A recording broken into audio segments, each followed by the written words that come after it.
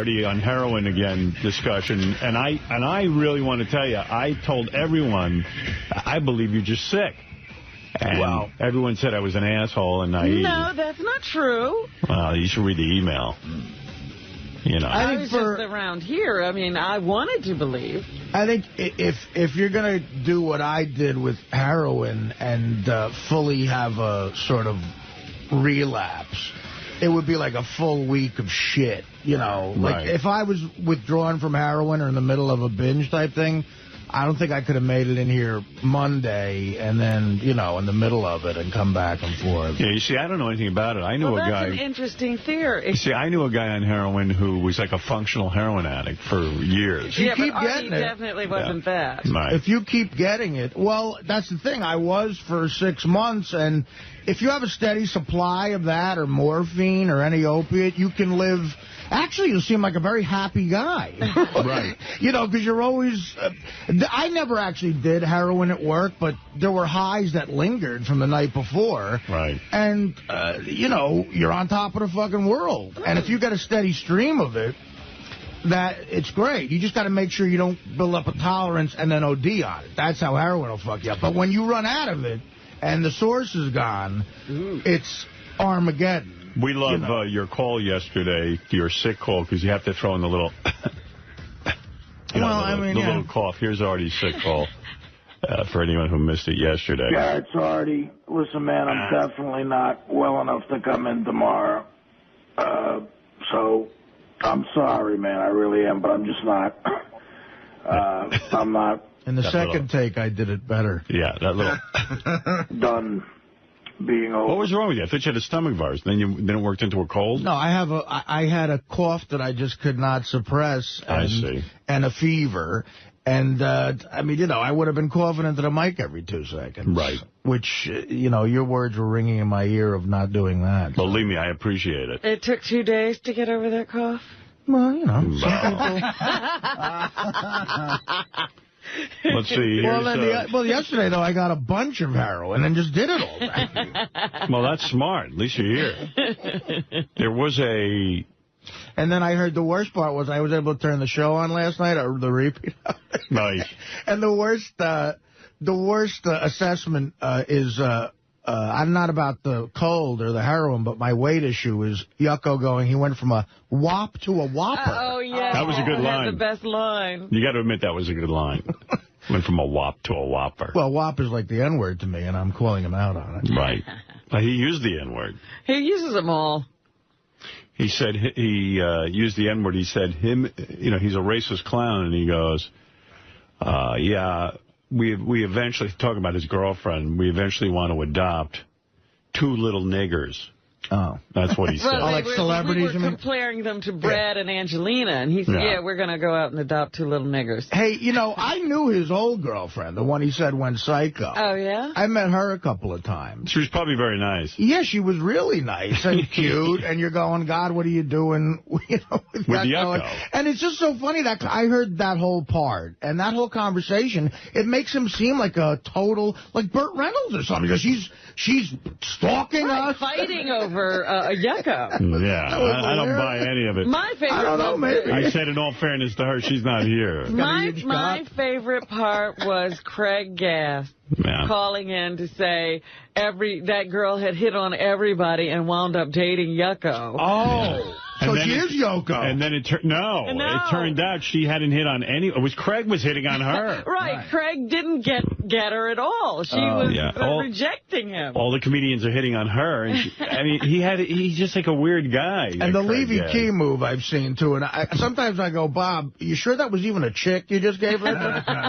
Be careful who you give that key to. Might have a balls. Levy gives strangers keys at like a Best Western in Pittsburgh, leaning forward drunk. Take this.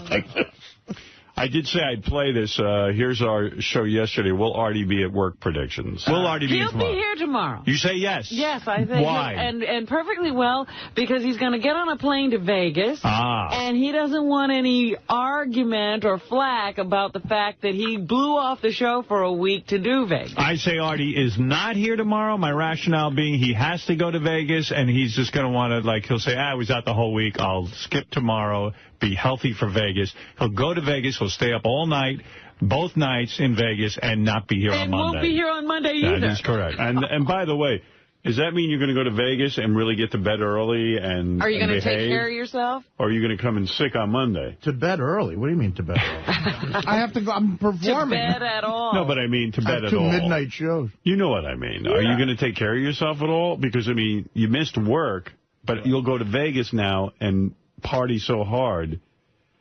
Like, you'll get sick again. It is work. I don't do what I used to do with stand-up. I just don't. I couldn't keep doing that. It is work. It's Vegas, Artie. Yeah, I know.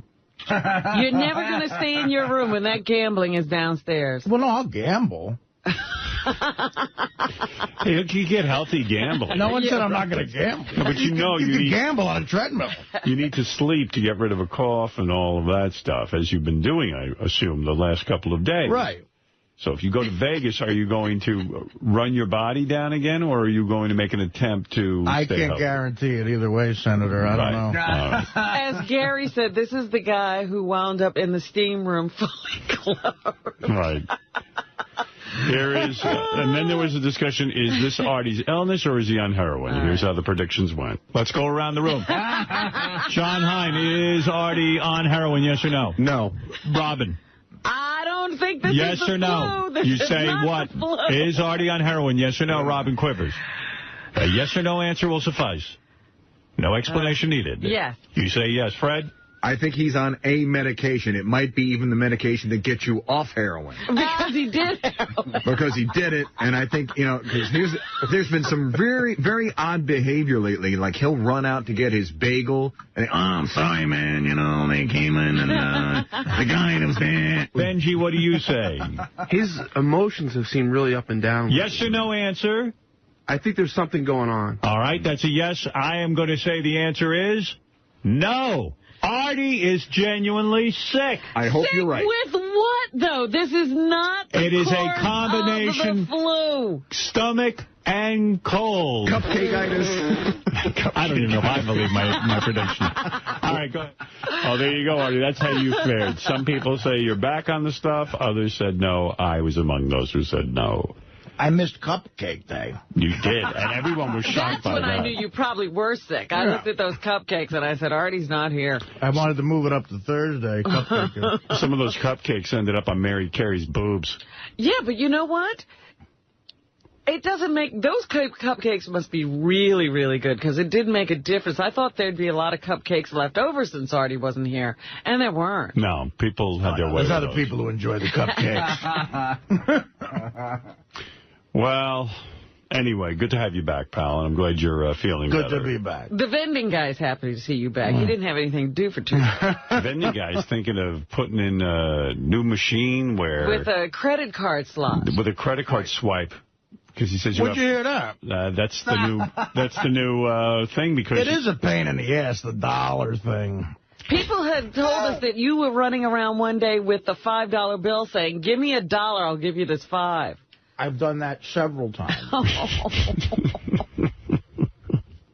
With the vending guy. Does he do it? Yeah. Yeah. Makes a couple of bucks off you. I said, look, though, we all got to eat. The vending guy. Then there was a theory. Imagine Artie there with a credit card swipe at the vending machine. Oh, my God. There's That's two, funny. Help me see the machine. I told you at an after-hours club in my early 20s, I went to a place in New York on the east side that took credit cards for Coke. That was like... Oh. That really felt like you were giving your credit card to the devil. Is that really true? Swear Wow. on my father. It took credit. It showed up... what did it show up? Well, I'm not going to say what it showed up as. It showed up... Yeah. What does it come as your... It showed up as a different... As a strip club address. No, there's none of those, apparently. It's a porn thing, because you'd rather have porn coming to you. The best strip club thing that it comes up sometimes is a modeling college in Florida. You gave money to that, My huh? mother thought my mother said, are you putting a stripper through college? I said, what are you talking about? A modeling college in Florida? Something model college. Wow, in like that's funny. No, Ma, Florida. I'm thinking of taking some modeling lessons. Model college. Because it would look like you spent, like, $6,000 might be what 2 semesters would cost. Like, no, that was 4 hours. Hey, Mary, you're on the air in Maine. Hi, Howard. How you doing? Hi. Listen, I have to comment on Artie being out. First of all, I've been trying to get through since he's been out, but I think it's so awful that Robin and whoever else thought he was on heroin again. Well, you can see why they might think that. Yeah, but listen, I love Artie, and I'm telling you right now, I love the show and everything, but the 2 or 3 days he was out, I actually didn't laugh half as much as I did when he's there. I just think that he brings so much to the show, and he's such a sweet guy, and I just feel that it's awful that people that work with him every day think that he was back on it. And well, they're horrible people, Fred and Robin. I'm a good guy. It was 6 months that he was on heroin, and we didn't know it, lady. I have one question for this lady. What's your point? What's my point? Yeah, one has nothing to do with the other. If Robin or I happen to think that Artie's on something, that doesn't take away from the fact that Artie is a very funny and loved human being. Maybe he needs the age to be funny. What do I know? Right. Oh, God. Oh, no. And it's not if he needs heroin to be funny, I'll help him out. Miss, I appreciate... the thing is, we all care about him. I appreciate what you're saying, but, I mean, with my history, yeah, I really... It would be obnoxious of me to get mad at someone for thinking I might be on heroin. I know, but I'm just expressing my... I'm sure his own mother thought he was on heroin. Absolutely. But you see what Everybody happens... I knew did. Everybody I knew. Of course. With the history of drug addicts, you can't believe what they say. And I have one thing to say to this lady.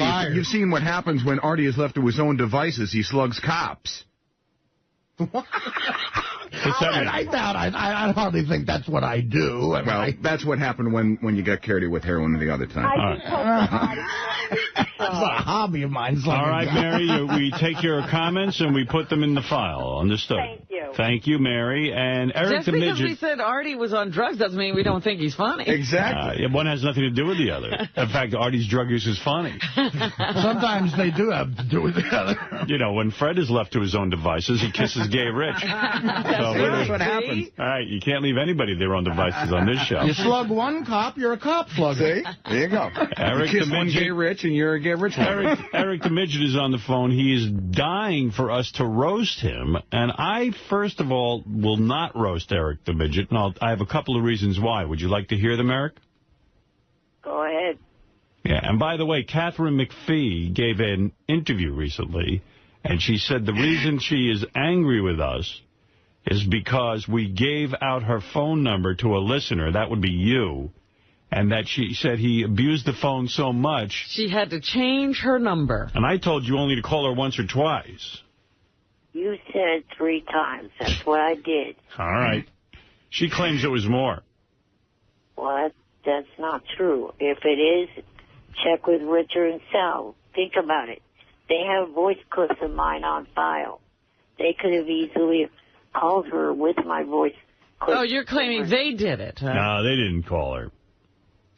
I know for a fact they didn't. You did. Anyway, Eric the Midget wants, hey, Gary, can you bring in the list of people now? It's a long list of people we'd like to roast. But Eric the Midget is on the list, but I know for a fact that it'll turn into a disaster. Now, here's why I say this. One, who even knows if he'll show up, and that'll blow. Right. Because if he gets angry with us, he goes, I'm not coming to the roast. Yeah, as soon as we commit, he'll start holding us up for stuff. Yeah, that's what his move is. He's very passive-aggressive. And then afterwards, oh, thank you. He'll also make calls to me beforehand, starting to make demands and just obnoxious shit that he wants. So it's like, I don't want to deal with it. Well, Yucca was in here yesterday and said he roasted Eric just a little bit, and Eric lost it. When was that? At whatever that stand-up was they just did out in California or something. Oh, he was there? Yeah. Oh. So, number one, Eric, you can't handle a roast. I did not do anything at all. Number two. When Yucko said any jokes. I know. I just sat there, and I may have looked away or something, I never gave him any dirty looks or anything like that.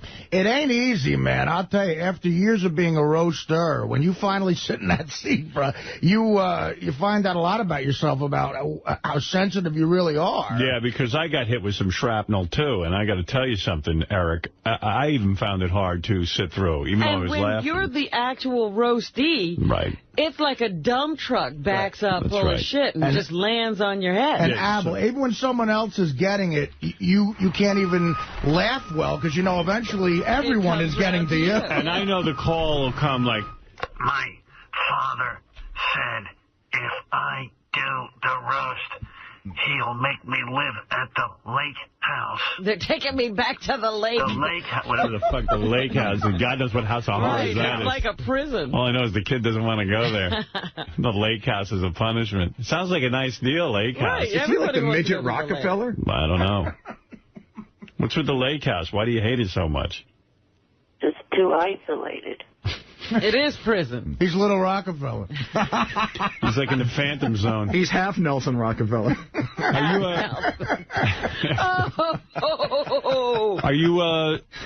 Are you like Superman? That's your fortress of solitude, the lake house? I guess so. You go there to talk to your father? Are you a Superman freak? Do you love Superman? I thought the last movie was real good. Yeah. I just would think that Eric would like superheroes. Why not? Yeah. He's geeky like me. But he'd also he needs superpowers. Yeah. What is it, Sal? Hey, what's up? Hey. Eric made a revelation to me when we did the Whack Pack Revelations. Yeah. And it was that he got I can't even say it, a harassment suit from the police because harassment call. Right, because you were calling a celebrity. So it wasn't us. A semi-celebrity. A semi-celebrity you were harassing. You're telling me the police, Eric, got on you because... She appeared on one reality show. Yeah. 3 Wishes. Okay. And what happened? You got her phone number? Well, I got her mom's number. You got her mom's number. And then what did you do? I called it a couple of times. And that was about it. But, see, the whole thing was... What do you mean you called it a couple of times? How many times is a couple? El Creepo. You don't get a harassment suit because you called someone a couple of times, Eric. Well, the mom was being a little protective because not only was I calling, but there were several other people calling as well and following this girl back to her apartment because 3 Wishes did not do that good a job at covering up where this girl lived. Yeah, so Eric, people like you could get her identity. Eric, did you send her anything? No. Eric, did you send something to her? No, I did not. Like a human head? Did you send her flowers? No, I did not. Guys are telling me that you sent her flowers to her apartment. That freaked her out, too. I couldn't even get the correct apartment. You would have. Well, why were you calling this girl from the TV show? Would you have a crush on her? Yeah, I thought she was really cute. How old was she, like 13? Oh, no. She was living on her own. She was 18. Wow. All right. You did all the research, huh? Well, you don't think that's creepy, Eric? 3 Wishes gave a lot of info. Their fault. What is 3 Wishes, Robin? That used to be, Amy Grant did this stupid show, you know, when reality first hit, everybody was trying to figure out what they could do in reality. Right. And so Amy Grant was going to grant 3 wishes. Yeah. And so one of her wishes was for Eric to leave her alone? I guess, well, no, it wasn't Amy Grant. Were you calling Amy Grant? No. No, you were calling one of the people who was a contestant. Eric should have mailed himself to her in a box. Yeah, say it's flowers, and then, oh, wow, nice flowers. It's me. You know you're not going to be able to take a roast. Sal will get up there and say some really awful shit about you, and it'll be terrible. Yeah, now you've revealed what a creep you are. You better not be roasted. I don't even think I could bring myself to do it. When you meet him in person, Oh, South. Oh my! It's like stomping on a puppy. Right. I mean, it's just he's so. I think it would be too sad. Also, I was going to say that was my fourth reason. He's got these. His arms are so small on that turkey body. It looks like a T-Rex. Turkey body. Like little T-Rex arms. You think it's as sad? Is it as sad as it might have been for Gary to watch his beloved brother die of AIDS? You think it was that sad? No, that was funny. Yeah, no, that was good. Yeah, I think you'd go right ahead and roast him. I don't think you have a heart in that body of yours. I think Sal would do it, but what he's saying is it would be tough. His heart would be enough. It would tank just because, look, I thought it was rough. I was alone in this, I think, but I thought it was too rough to do KC with his life situation right now. KC's a fucking guy who bangs hot chicks every day. And you're feeling sorry for him. Yeah, so, because Artie's point is, if you're going to roast someone, it's got to be someone who's doing well. Yeah. Right. Well, not even well, just someone who's not in the, like, if you go to financial difficulties with KC and say he's homeless, he might really be homeless. Yeah, I mean, can you imagine on Howard TV, Eric... You are very severely handicapped. You're in a wheelchair. You're only about 4 feet. You're not even 4 feet tall. You're like 2'3". Oh, here he goes. See, the moment they say 2'3", he starts screaming. Like, the perfect guy to roast is Donald Trump, actually. Right. Like, that's the ideal only guy to roast. But he's flawed. Can you imagine turning on Howard TV? And there's this kid who, basically looks like Commander Pike from, Star Trek. Yeah. And we're insulting him. Yeah. And we're insulting him. I mean, just relentlessly picking on him. Well, I think People back to the whole Celestine thing. All we wanted her to do was eat food in front of us. Celestine was this woman with no arms and no legs. I remember, yeah. And we rolled her in, and we wanted to see her actually feed herself. And people were so... sickened by the whole thing. It was the lowest rated show. I thought it was going to be brilliant. I thought it was going to be brilliant. I said, well, here's a woman. She has no arms or legs, and she's telling me she can cut her own food and eat off a plate. It's almost unbelievable. Inspirational, absolutely. So first of all, okay, Channel 9, we were new to television, and the guys working with us weren't exactly brain surgeons, so they wheeled her out, and she was a very dark-skinned black woman. And all she was a head, and they put her... They didn't realize that they had a black background, so it looked like just did. No, they didn't. It was just like a floating head. You know what I mean? Floating eyes and teeth. Right. And it looked weird, but nevertheless, I thought, wow, people are really going to want to see her cut her food. It's going to be like real... I mean... And I have to admit, it was the lowest rated segment in the Channel 9 history. Now, the Channel 9 show... They turned people off. They turned it off. Channel 9 show was so good, it beat Saturday Night Live every week. Like killed it. 2-1. 3-1 sometimes. We just schlonged them. They were freaking out. And but there, I remember we put it on in the last quarter hour. We dropped to a 3.2 share, which was the lowest share we'd ever had. In the final quarter hour. They bailed. Yeah, so I remember liking watching her do the Star Spangled Banner before U.S. Open Source. I was totally wrong on that one. Just didn't read the public's mood. I remember Dan Formicle goes, I told you, Celestine, she's too depressing. I go, yeah, well, it didn't help that you put a black background. I don't care what background. I told you. I go, so what does this mean? The two-headed twins are out? We had those no arms, no legs, no ratings. I had the original cast from What's My Line, all blindfolded. I've Got a Secret kind of stuff, all blindfold. Arlene Francis, all of them. And the secret was, it was those two chicks who were joined at the head. Yeah. Oh. Because of Celestine, two men, we had the girls there and everything. And Dan came to me and goes, I was just up in the room with them.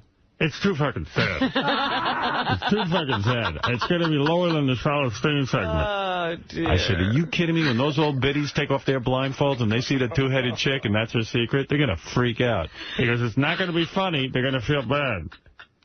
Are they still alive? Who? Yeah. They were at the Stuttering John fight in Atlantic City. They sang the Star Spangled Banner. And I remember, did they? I think they did at the John fight. Yeah, they're singing, one sang the anthem. The John people loved it. They ate it up. Well, I remember being backstage at the John Cabby fight, and I guess whoever their handler was must have went to take a leak for a little while, and I walked by the room, and they were alone in a room banging up against shit, because they had They had to situate themselves where the one was balanced in a perfect way on the table and the other one's head was right. Well, they're joined at the head, but they face each other, which is the tops of their heads are joined. It's maybe the most inspirational / depressing thing you will ever look at. Yeah, but imagine roasting those two girls. Is Eric that far off? You see, those two girls might be so far on the other side that maybe it would be funny to roast them. No, Eric, no, again, what if we get Eric and those two girls and we roast all of them? I mean, but... We should have those two girls roast Eric. We put a microphone on each side of their head. Yeah, this way we don't have to show up for work. You know what I mean, Eric? And also, I know you. You're going to hold us up for, like, all kinds of things. I can't do that. We don't have the time. And it won't work, Eric, because you don't have the leverage with us here. The balloons thing we really want. Clearly, we don't give a fuck about this. So you're not going to get any major, deal-breaking points in the contract. Okay, be chicken shit. See if I'll kick you right out of your chair, you little fuck. How's that for chicken shit? No, what we're saying is that maybe it'd be too much. If you don't think that you can do it, fine. Ooh. But I think I could outdo you, dumbasses. Oh, you mean with a rebuttal? Yeah, he's going to have the greatest rebuttal. Oh, what kind of jokes would you do anyway, Sal? I don't know. I don't know where to start. I mean, look at him. He was born a joke. I mean, it's just sad. And when you see him in person, it breaks your heart. He's a good guy, too. He's a great guy. Eric, you're a good guy. We like you. If you guys don't want to be outdone by me, fine. You know what, Eric? Why don't you come up with a little sample roast for us and call us back, and let's see if Eric can, put it together. Well, it would be a good roast if we got, like, the bearded woman in the circus and stuff. I was going to say, if you have an all-freak roast. Well, if the bearded woman roasts Eric, then I'm okay with it. Well, that's what I'm saying. You get the bearded woman, the fat person. Beetlejuice can roast. Yeah, Beetlejuice. Or how about a whack pack roast? Yeah, that's the only way it would work. That's a funny idea. Just all whack packers like roasties. High-pitch Eric. Crackhead Bob. What if you... But Eric, I like you, and I think it would just come off really bad. I hate to tell you, but High Pitch actually is starting to try to befriend me. You're kidding. What does he do? Does he call you? No, he instant messages me on AOL and stuff like that. How does he know your name on AOL? Somehow he got it. I don't know exactly. 3 wishes. Probably Zoar or something. You know High Pitch is scamming big time right now? What's he doing? I bumped into Gary's great friend yesterday who lives down the block. I saw him outside. He goes, so I met High Pitch Eric, and he gave High Pitch his phone number. High Pitch calls him and asks him, he goes, are you rich? And the guy goes, well, I'm okay. He goes, can you mail me some cash? And the guy mailed him cash. Right. My friend, he's a really nice guy. Sweet guy. He's pretty well off, and he's run into Eric. I don't know. I think at some point he may have paid Eric's cable bill. Oh. Wow. For a dummy, he's good. And then he told me, in fact, my friend told me that Eric called him and was crying that he couldn't feed the cat and the dog, and they were going to die or something. Oh boy. Yeah, because Eric ate all the fucking pet food. That's why. That's some scam. Can you mail me cash? It's not exactly a scam. That's pretty straightforward. Yeah, it's pretty upfront at least. And he took a laptop from him, too. Wow. How much cash are we talking about? Probably mailed him 500. Here's an idea. Instead of having you guys or the Whack Pack do it, there's over 1,000 people together with SFN and MySpace that would probably love to take your spots to roast me. So good. Let him roast you. What do we give a shit? Nah, it's not going to fly, Eric. Put your number on MySpace. Have them leave roast messages on your machine. Much like you, it's not going to fly. All right? How does he think he's going to take a roast? Every time somebody writes in, you should fly with balloons. Wait, wasn't Fratto in here because he was whining about being attacked on the Stern Fan Network? Yeah. How's he going to handle a roast? He's not. That's my point. He doesn't know himself. I'm not going to let up until you guys come to your senses. He wants to be roasted. Okay. We don't want to see you cry, Eric. Yeah. I guarantee you that I will sit there the whole time. You have no choice. You see? I'm not going to back out of it at all, and I'm not going to come up with any stupid demands for you guys to try to meet. It's no fun to roast somebody who really wants to. Yeah, he wants to be roasted too bad. Yeah. It's like, trying too hard. We want the balloons. All right, Eric, thank you. I don't think it's going to happen.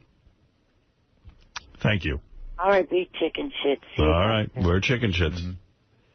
Thank you, Eric. It's not a matter of being a chicken shit. He doesn't understand. It's just I don't think the audience will appreciate us taking a guy in a wheelchair. Up on, a handicapped person. Right. Who's this? I didn't press on a phone. Somebody there? Yeah. Who are you? Wow. How the hell did I... It just rang, and I heard you all of a sudden. Yeah, I know. I accidentally must have hit the button, but go ahead. Hey, why don't you guys have Eric fly while he gets roasted? You know what I mean? He can float above the studio floor. Yeah, and Sound Richard could piss on him. Wee. This is fun. At the end, you can let him down easy. At the end, we could open the window and watch him sail away. Hey, is Artie there today? Yeah, Artie's here. Hey, what? Hey, me and my brother are coming a couple hours to see you at Symphony Hall in Boston. Any way we can come backstage and shake your hand? I don't care, yeah. If you want. give somebody in the front office your name. I don't care. How are you going to make that happen, Artie? It's going to be such a hassle. You're going to have to make a list and all that kind of stuff. Well, this guy is the first caller to ask. Hold on. I'll put you on the list. Nice. Yeah. Actually, in Boston, man, if you don't do a shot with them, they get you in a headlock. Jim, you're on the air in Syracuse. Hey, how's everybody doing? Hey.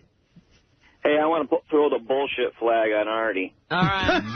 It's been thrown before. Bullshit flag has been thrown. All right. Go ahead. Well, he's been sick. He sounds like he's going to the friggin' chair the last 2 days. And today he sounds like he's fine. He's better. I'm with you, dude. Nothing. Look, Artie could I've actually been coughing the whole morning. But he has, and he's been killing his mic. It's a miracle God struck him with lightning. All right. Or he needs to. How long should I have stayed out, sir? What's the proper time? A year. Doctor. Well, what I'm saying, I'm not saying he was on drugs or nothing, or he is, but he might have had something else going on. He's using that for a bullshit excuse. What did I have going on? Listen, it's good to have you back. I was entered in a beauty pageant. So he's coughing over there every minute? Is that what you're saying? He's been coughing quite a bit. Is it a real cough? No. You can control it. He's an actor. All right, here's some stuff from the email. I'll read it to you. Gary Dell'Abate is the world's most underrated producer. He does a fantastic job. So there was some praise for Baba Booey. All right. I don't know why somebody felt compelled to write that or what they were basing it on, but they have written it. What they were basing on. Here's another roast suggestion. A good dude to roast would be Michael Richards. That would be some funny stuff, especially when Sal and Artie go get him. Well, of course that'd be great. I doubt he'd come in and do it. That's the problem. Yeah. He'd be sought after right now. Believe me, we want him on here. Everybody wants him. Who sings the asshole song you guys play when someone acts like a real asshole? He's an asshole. Who's that singer? Dennis Leary. Dennis Leary. Oh. Is it really? Yeah. Dennis Leary. Dennis wrote that song as part of... I think he would end his stand-up act with it, and it, just caught on. You're kidding me. Yeah. I didn't know that. I had no idea either. Play it a little, Fred. In the world of Sirius Satellite Radio, we are channels 100 and 101, welcoming you to the broadcast day. See? That's how it works. I am surrounded by illness. Artie Lang here today. Oh, yes. How is Artie? But I meant to call Artie over the weekend. I had a note to call him to see how he was feeling, and I didn't because I'm very self-centered. That's all right. But forgive me, but the fact of the matter is... so you would call Artie and not Sal, is what you're saying. Of course. I'm not calling Sal's house. We decided Sal's not on the higher tier. Yeah. Sal will get all full of himself. I see. No, but I would have called Artie to see how he's doing, but I didn't. And now he's here, and he's complaining that he's still ill. No. And I said, go home. First of all, there's a weird thing about working here. You come here when you're sick, and it's sort of like, I mean, you're my inspiration. You come here, you go, I'm sick, right. I'm going to work through it, and you never go home. So I said, fuck it, I'll try to do that. But at the same time, God forbid I get you sick. Right. Well, what is wrong with you exactly? I don't know, there's some sort of stomach flu virus going around. I had it brutal when I called in. The heroin rumors were rampant. Well, I know. They're going to be rampant. What I've done for the heroin business, my God, they should give me a raise over there. Yeah, you're advertising it every day. But, yeah. Yeah, one of the Colombian drug lords called me and wants to give you a raise. Really? You're working overtime. A discount. So then I got better, and then I went out with a realtor Friday afternoon looking at home. Oh, we were looking at homes? Yeah, we were. And your guy's voice is rattling around in my head. You mean you missed the show on Friday and then you went out with a realtor on Friday afternoon? The show wasn't Friday. Oh, it's Thursday. I missed Thursday. Oh, I see. So Friday you were feeling better. And you had that real estate appointment that you just don't cancel. No. It was burning up his brain. You can never get a realtor, you know. I was burning up my BlackBerry. I told you that house would cause you problems. Oh, forget it. Realtor, looking for a realtor. I've gotten notes and letters from 50,000 realtors. Yeah. Enough, guys. Isn't the world great? How many people want to help you? Yeah, exactly. Even though Robin and I are scumbags, there are plenty of people who are willing to help you. And it's weird. They all know the price range I need. It's unbelievable. What is the price range? What is your need of a price range? What do they want you to spend? Yeah. Do they feel you should be spending a couple of mil? Yeah. Oh, yeah. So, of course you should. You're Artie Lang. You're Artie Lang. You're famous. You can't be living in, you know. You can't be living next door to I'm surrounded by weasels. So, Artie, how big a house are you looking for? Forget it. You guys talked me out of it. Good.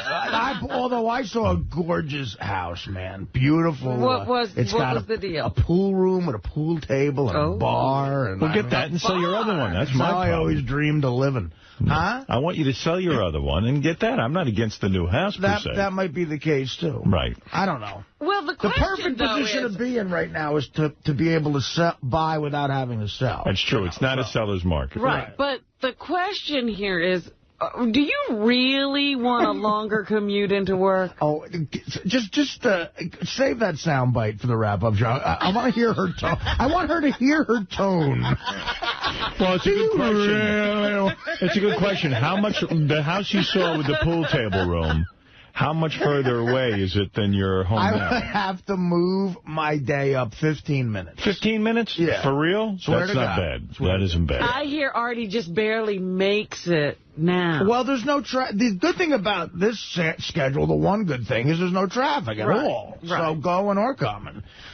So that's a big issue. With this area where I'm living, the route you got to get to with traffic's brutal, but without, it's no big deal. All right. You know. So I had a relapse. I can approve of that if you get rid of your present home, because for 15 minutes, it's crazy. Well, I want your approval. I don't see you being a landlord. How many bedrooms are you looking for? Oh, my God. I'm not looking for anything in particular. This house that I happen to love has 6 bedrooms. Good Lord. Well, what an orgy. A mansion. I got a lot of dirtbag friends. You're going to roll around in that house like that all by yourself? Oh, I'll be rolling around. You'll be okay by yourself? Eddie Murphy and Bubble Hill, baby. Yeah. Oh, you're going to start a party house? That's what it's going to be. Yeah, I'm going to get a pool. You're going to be all right alone in the house? What do you mean alone? Well, I mean, you live by yourself. He's thinking he's going to move people in, I guess. I'm asking you. It's got a place for a maid to live. So you're going to get in to live in help for one person? I don't know, man. Yeah. I don't know. You got to think this through. I haven't thought anything in a 6-bedroom house. I just went. It was a fun thing to do. I went and looked, and, I don't know. You stay home, Artie. Yeah, okay, buddy. You don't branch out. So you had a relapse after looking at the house. You're not kidding. I went out, and then I got back, and I was like, oh, fuck. Then I started to feel nauseous again. I'm like, shit, this goddamn realtor trip got me sick again. Then the fever came back. Oh, no. Ooh, so it was just, I don't know. I guess Ronnie was saying he's sick. Ronnie's sick? Yeah, he's been sick. He stayed in all weekend. How close are you to getting this house? Not close at all. Just looking. I'm surrounded by illness. I come in this morning, and who's coughing all over me? Baba Fooey. He's coughing. Yeah, he's coughing and clearing. And then J.D., ever since he went out to that AVN Awards. And, he's had his kennel cough. He's got some, ever since his lovemaking. He came back here. The fucker is coughing all over me. When you go to like a place surrounded by whores, do you get Oh my God! This guy. If you're lucky. This guy's coughing all over me. Fooey's coughing all over me. Artie's sick. Ronnie, the Sal limo. just got back. I think Ronnie, the limo driver, is sick because he heard about Scores. What's the bust. Oh. Yeah, I was sick. That's the worst news I ever heard. I'm sure there's a misunderstanding there. Over the weekend. Yeah. And I wanted to ask you. I'm pissed. You know why I'm pissed? I'll tell you why I'm pissed off at that story. That article was horrible. I'll tell you why don't even know what we're talking about. I'll tell you why I'm pissed off at that story. Why? I've been to Scores 50 billion times. Nobody's offered to blow me or fuck me in the back room. You're not a cop. I guess so. I'm telling you, that's not fair. You're telling me. By the way, me neither. Is that true? Well, I was wondering. I said, I never know. You ever been offered a blowjob? No. Me neither. Obviously, you guys love it so much, you're having sex over there. I wish. That's what's pissing me off. I mean, does a knee occasionally maybe hit into my groin? Sometimes by accident if I push hard enough. Sometimes it's Scott DePace's knee. Yeah. Oh. What's going on? Look, Scott DePace wouldn't talk to his child while he was there. Well, listen. They give that. You know that article? Married man just sees naked women, you go crazy. That article didn't mention the really good food, the trim. Nothing about food. No. I felt real bad. So, like, on Friday, Tim Sabian sent me a note. He goes, the Howard 100 News wants to know if they should be covering the Scores bust of, allegedly, there was prostitution. Undercover cops went in there. The girls were giving favors for money. Yeah, so I said, cover that. That's a terrible tragedy. Leave it alone. People don't want to hear that. What are you talking about? We want full wall-to-wall coverage. This is a major story in the world of Howard Stern. That's my boy Lonnie. I ain't covering that. Well, maybe they've been... maybe these are trumped-up charges. Wouldn't you want that to be uncovered? All right, are you worried? Tell Lonnie to make a statement to... Where's Ronnie's statement? That would be so funny if Lonnie held a press conference for Howard 100 News. Oh, that'd be great. I always thought that's what we should do. I always thought when Ronnie says, let's fuck some whores, he didn't mean real whores. Let's fuck some whores! Get rid of these fucking wives! Shit! Holy shit. Alright, we gotta fuck some girls tonight, man. Fuck this place! Fuck some whores! Fuck some whores tonight! Fuck this place! Get rid of these fucking wives! We gotta fuck some girls tonight, man! Just like what I'm saying. Just like what I'm saying. Let's fuck some whores! Get rid of these fucking wives! Shit! Alright, we gotta fuck some girls tonight, man! Fuck this place! Fuck some whores! Wow. Dude, what a song. You have to play that? Didn't I take enough shit already? What's going on? Do you have a statement to make? Do I have a statement? Yeah. Yeah, the statement I have to make is nothing went down as far as these girls doing anything to these guys. I mean, they talked about the back rooms and stuff. The police can't actually accept the sex. The cops, you're saying, should have gotten actual blowjobs? Exactly. I mean, and you know what? It makes it really bad for people like us, like you, like a married guy, a guy that's like engaged or whatever. I mean, a wife or a girlfriend reads shit like that, and it's like, that's bad. You're not fucking going to that place, right? You know, I mean, what the hell? Nothing happened. I mean, I'll tell you, and I'll be honest with Ronnie, you don't know whether anything happened or not. What are you talking about? Well, according to the police report, nothing happened. They were offered sex for money. Yeah, but they didn't actually do it. They can't do it. Why not? Because cops can't accept sexual favors. No, but they can't. In other words, I mean, it's not like the movie The Departed, where like you just go deep undercover. It's got to be if they're offered it, then they got to go through with it to be able to bust them. No, that's not true. They got to hand them. The police, sometimes when they pick up prostitutes, all they have to do is discuss an exchange of money for sex. Yeah, but they have to actually get the exchange of money where they're actually handing it to them. That's true. That is true.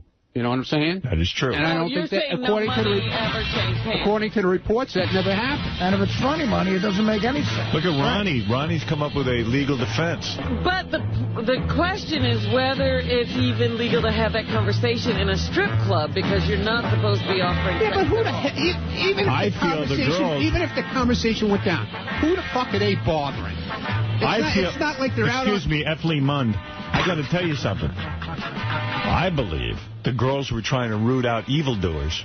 Oh, right. They were going to point these guys out to be thrown out of the club. That's right. I believe that. That's what I'm going with. Well, I was interested in the pricing. How does anybody hear anything at Scores anyway? Yeah, the music is so goddamn fucking loud. Give me some loud disco-type music for it, because, you know, it could have been just a big misunderstanding. It could have been like, you know, hey, baby, how about you blow me for like $500? What? What'd you say? Papa Joe? What? Papa Joe? Yeah, no, Papa Joe. All right. I agree. What? That's how it goes down. But wait a minute. Let me ask Ronnie, the lawyer, one other thing. Because it says the managers approved it. No. What do you mean they approved it? I can't. Maybe there's a bad seed over there. That's what it says in the news accounts that I read, that some managers said, yes, it's okay for the girls to give you sex, work out a price. And the prices were interesting, too. You know, a blowjob could be anywhere from $200 to $500. Or, you know. That's a good blowjob. Sex for $800. $200 is expensive. Yeah, really. All I know is I'm pissed. I didn't get any blowjobs. Yeah, it's bullshit. Maybe it's because it was too expensive for you. Most of the time I go out there, and when I go there, I mean, I'll sit and it's like a club, like a man's club. You sit there and you hang out. Did your wife say to you, I don't want you going to Scores anymore? Absolutely not. Absolutely not. All she did say to me, from her? I didn't know anything about it. You want to hear the best part? Because Beth said to me, well, that's what goes on in the back room. I go, listen. This is fucking great. You got to hear this. Yeah. I had no clue about this because once I got home on Thursday, I never left the house. I was in the whole weekend. So Thursday night, and I'm sitting watching the 11 o'clock news on Channel 7, and all of a sudden this fucking story comes on. And we're sitting there, and I, like, break out into this sweat. Because I know she's sitting there, she's looking at me. But I'm making like I'm not... And you're Scores, man. Right. So she goes, first words out of her mouth, she goes, so did this ever happen to you? I go, no. Yes, of course it did. We go there, we hang out. Why do you think I go there every 5 minutes? Most of the time, don't charge me. Yeah, exactly. Most of the time I'm in the restaurant. I'm hanging out, drinking, eating, having a good time, just bullshitting. I mean, the girls sit in the restaurant with us and stuff like that and hang out. Why is it against the law anyway to charge money for something that's pleasurable? Yeah, they charge money for a nice steak. Yeah, but that's what I'm saying. You can't pay money for You want to know my feeling? Sex would ruin Scores. We just want to relax there. Yeah, right. These few bad seeds. It's a man's club. Right. Well, sex is going to ruin Scores if these charges are true. I know. It's like the Bergen Hunt and Fish Club, whatever that was that John Gotti had. You know, I don't know what it is to me. Where they used to plot crime. Right. Yeah, no, they just sit around, they bullshit, they play pool, whatever the center of crime in America. You know, sit around and bullshit. I mean, you know, it's... Well, it's very upsetting to me. It is. And Lonnie was very upset about the whole thing. And I love Lonnie, and I love the people at Scores. That's what we should be hearing from him on Howard 100. Yeah, maybe Lonnie will call in. Yeah, maybe. Can you call him and ask him if he'll make a statement? Yeah, I'll call him. All right. I'll call him. I don't understand this news blackout. No, well, I was supposed to go there Friday night, but I wasn't feeling good. So then they had the camera crews, like, sitting outside all weekend. They were sitting outside there, you know, filming people going in and out. Oh, no. Grabbing the girls, like, as they're coming in. You mean you could... Do you know anything about this, you know? And yes. One girl goes, I'm a waitress. I don't know anything about this. Leave me alone. Oh, those but you could actually see the guys who were going in. That's all. Yeah, they were showing people, but you saw the back of the heads pretty much, you know. But it was upsetting. I could go now. None of you guys. I could still go to school. I still go. I don't give a shit. You want to go tonight? I'll be there. I want to go more than ever now. Yeah, exactly. I'm annoying getting laid. Talk about advertising. Yeah. Well, yeah, they actually published the names of some of the girls who... Yeah, I know a couple of the girls. Yeah, do you? Are they hot? Yeah. They're very young. Yeah. They're like 19, 20 Well, years no, old. two of them weren't. Right. They're not 19 or 20. They're no, there was only like one 19-year-old. Yeah. Right. Did they give their numbers, Robin? Yeah, I'm trying They gave to their find the story addresses. now. I mean, all the girls were like bitching. Somehow they found out where they lived. Oh, that's And the camera crews were like sitting outside their houses. Are they hot chicks? Yeah. Yeah. They've been on the show. Have they? Yeah, 2 of them were. Wow. Yeah, 2 of them were on. You got to show me. Nicole Green of Manhattan allegedly agreed to have sex with a vice cop for $700. The only way to get we don't know her. The only way to get a stripper's real name is to arrest them. Mariana Nasarova, 19. Mariana? We know her. We know her. What's her? We know her. We know her? Yeah. And she would perform oral sex for $300. Nice. Colleen Matthews. We don't know her. Was accused of agreeing to perform oral sex for $500. Oh, she must be good. Do we know her? No. No, she lives, according to that, she lives with her mommy and daddy. Right, oh my she's still God. at home. They must be thrilled. Yeah. And then, with the camera crew sitting outside of the house. Karina Vasquez. We know her, too. Who is 32. We know her, yeah. Oh, I know Karina. We know her. You know her? Yeah, I know Karina. Yeah. So she never gave you a blowjob? She never offered me sex for money. She'll blow you for $200. Really? Allegedly. Hello? According to this article. Right. Well, I am sorry to hear this, and I know that scores will be vindicated, I hope. I'm sure that there's a big misunderstanding here. Definitely. Let's hope it's a big misunderstanding. It is. It's definitely a misunderstanding. All right. It's funny because one guy in the article says he lives near one of the girls, and he didn't realize she was a stripper until he happened to just drop into Scores, and there she was. Yeah, right. Well, that shit happens, you know. Hey, Sonny, you're on the air in Beaumont, Texas. Howard. Hey, brother. How's it going? All right. Big fan of the show. Thank you. Listen, I just want to say I think this whole Scores thing is bullshit, man. What do you mean? I think they're way out of line with the whole, I don't know, I just don't believe it. It's a strip club, man. Bullshit! It says the managers left little to interpretation as in terms of first that of all, it was they're not managers. Right. Let's get that straight. Okay. But they're not? How do you know that? They're floor people. What they call, they're not managers. Oh, okay. What's a floor person? It's like they're like hosted, like a host. They're not managers. It's not a manager who actually runs the club. He's a floor host. Look at him. He's such a good representative. Thank you. You are good. You're making a nice statement here. Yeah, go ahead. Hey, I got to interrupt, Howard. Just so you know, for TV, you have a piece of food right on your lip. Oh. Thank you. Get it off. Thank you. Go. Thanks, Gary. Thanks, Gary. Thanks for that. Just worry about my image. Howard. I was saving that piece of food for later. Well, those hosts, Ronnie, they say help broker prostitution deals. Right. Hey, just a note to my camera crew. You shouldn't be that close that you see food on my lip. You should be so far away from me that you can't even see me. Is that right? That's right. That's how I like to be shot. I had a camera crew at my house Friday. Why? They were filming Dudley on the treadmill. Oh, yeah, I want to see that. That's cool. Yeah, Ronnie's dog is on the treadmill for 2.5 miles a day. Yeah, because he won't walk him. No, that's not true. It's too cold. Gary, why wouldn't you type me a note about the food on my mouth? Why would you embarrass me by coming in here in the middle of my show and pointing that out? Now we all know. Yeah, now everyone knows. Why did you do that to me? I wasn't sure how you wanted to handle it. I thought you don't know? The quickest way. I don't want to embarrass you. All right, thank you. My teeth have big ass caps. Yeah. My breath smells like funky ass. Yeah. My teeth are yellow and I lick my lips. Yeah. My lips are crusty and they look like limbs. Yeah. My teeth look like a stack of bricks. Yeah. My wifey keeps me really wet. Yeah. You can call me Howard. You talk about Baba Booey being whipped. Let me just hold on to this discussion of Scores, Ronnie. I was going to go call Lonnie, all right? Yeah, tell Lonnie to straighten this whole thing out. This is ridiculous. Anyway, very upsetting. Very These upsetting. two guys who are named in the article, they'll eventually be just guests of the club. Yeah.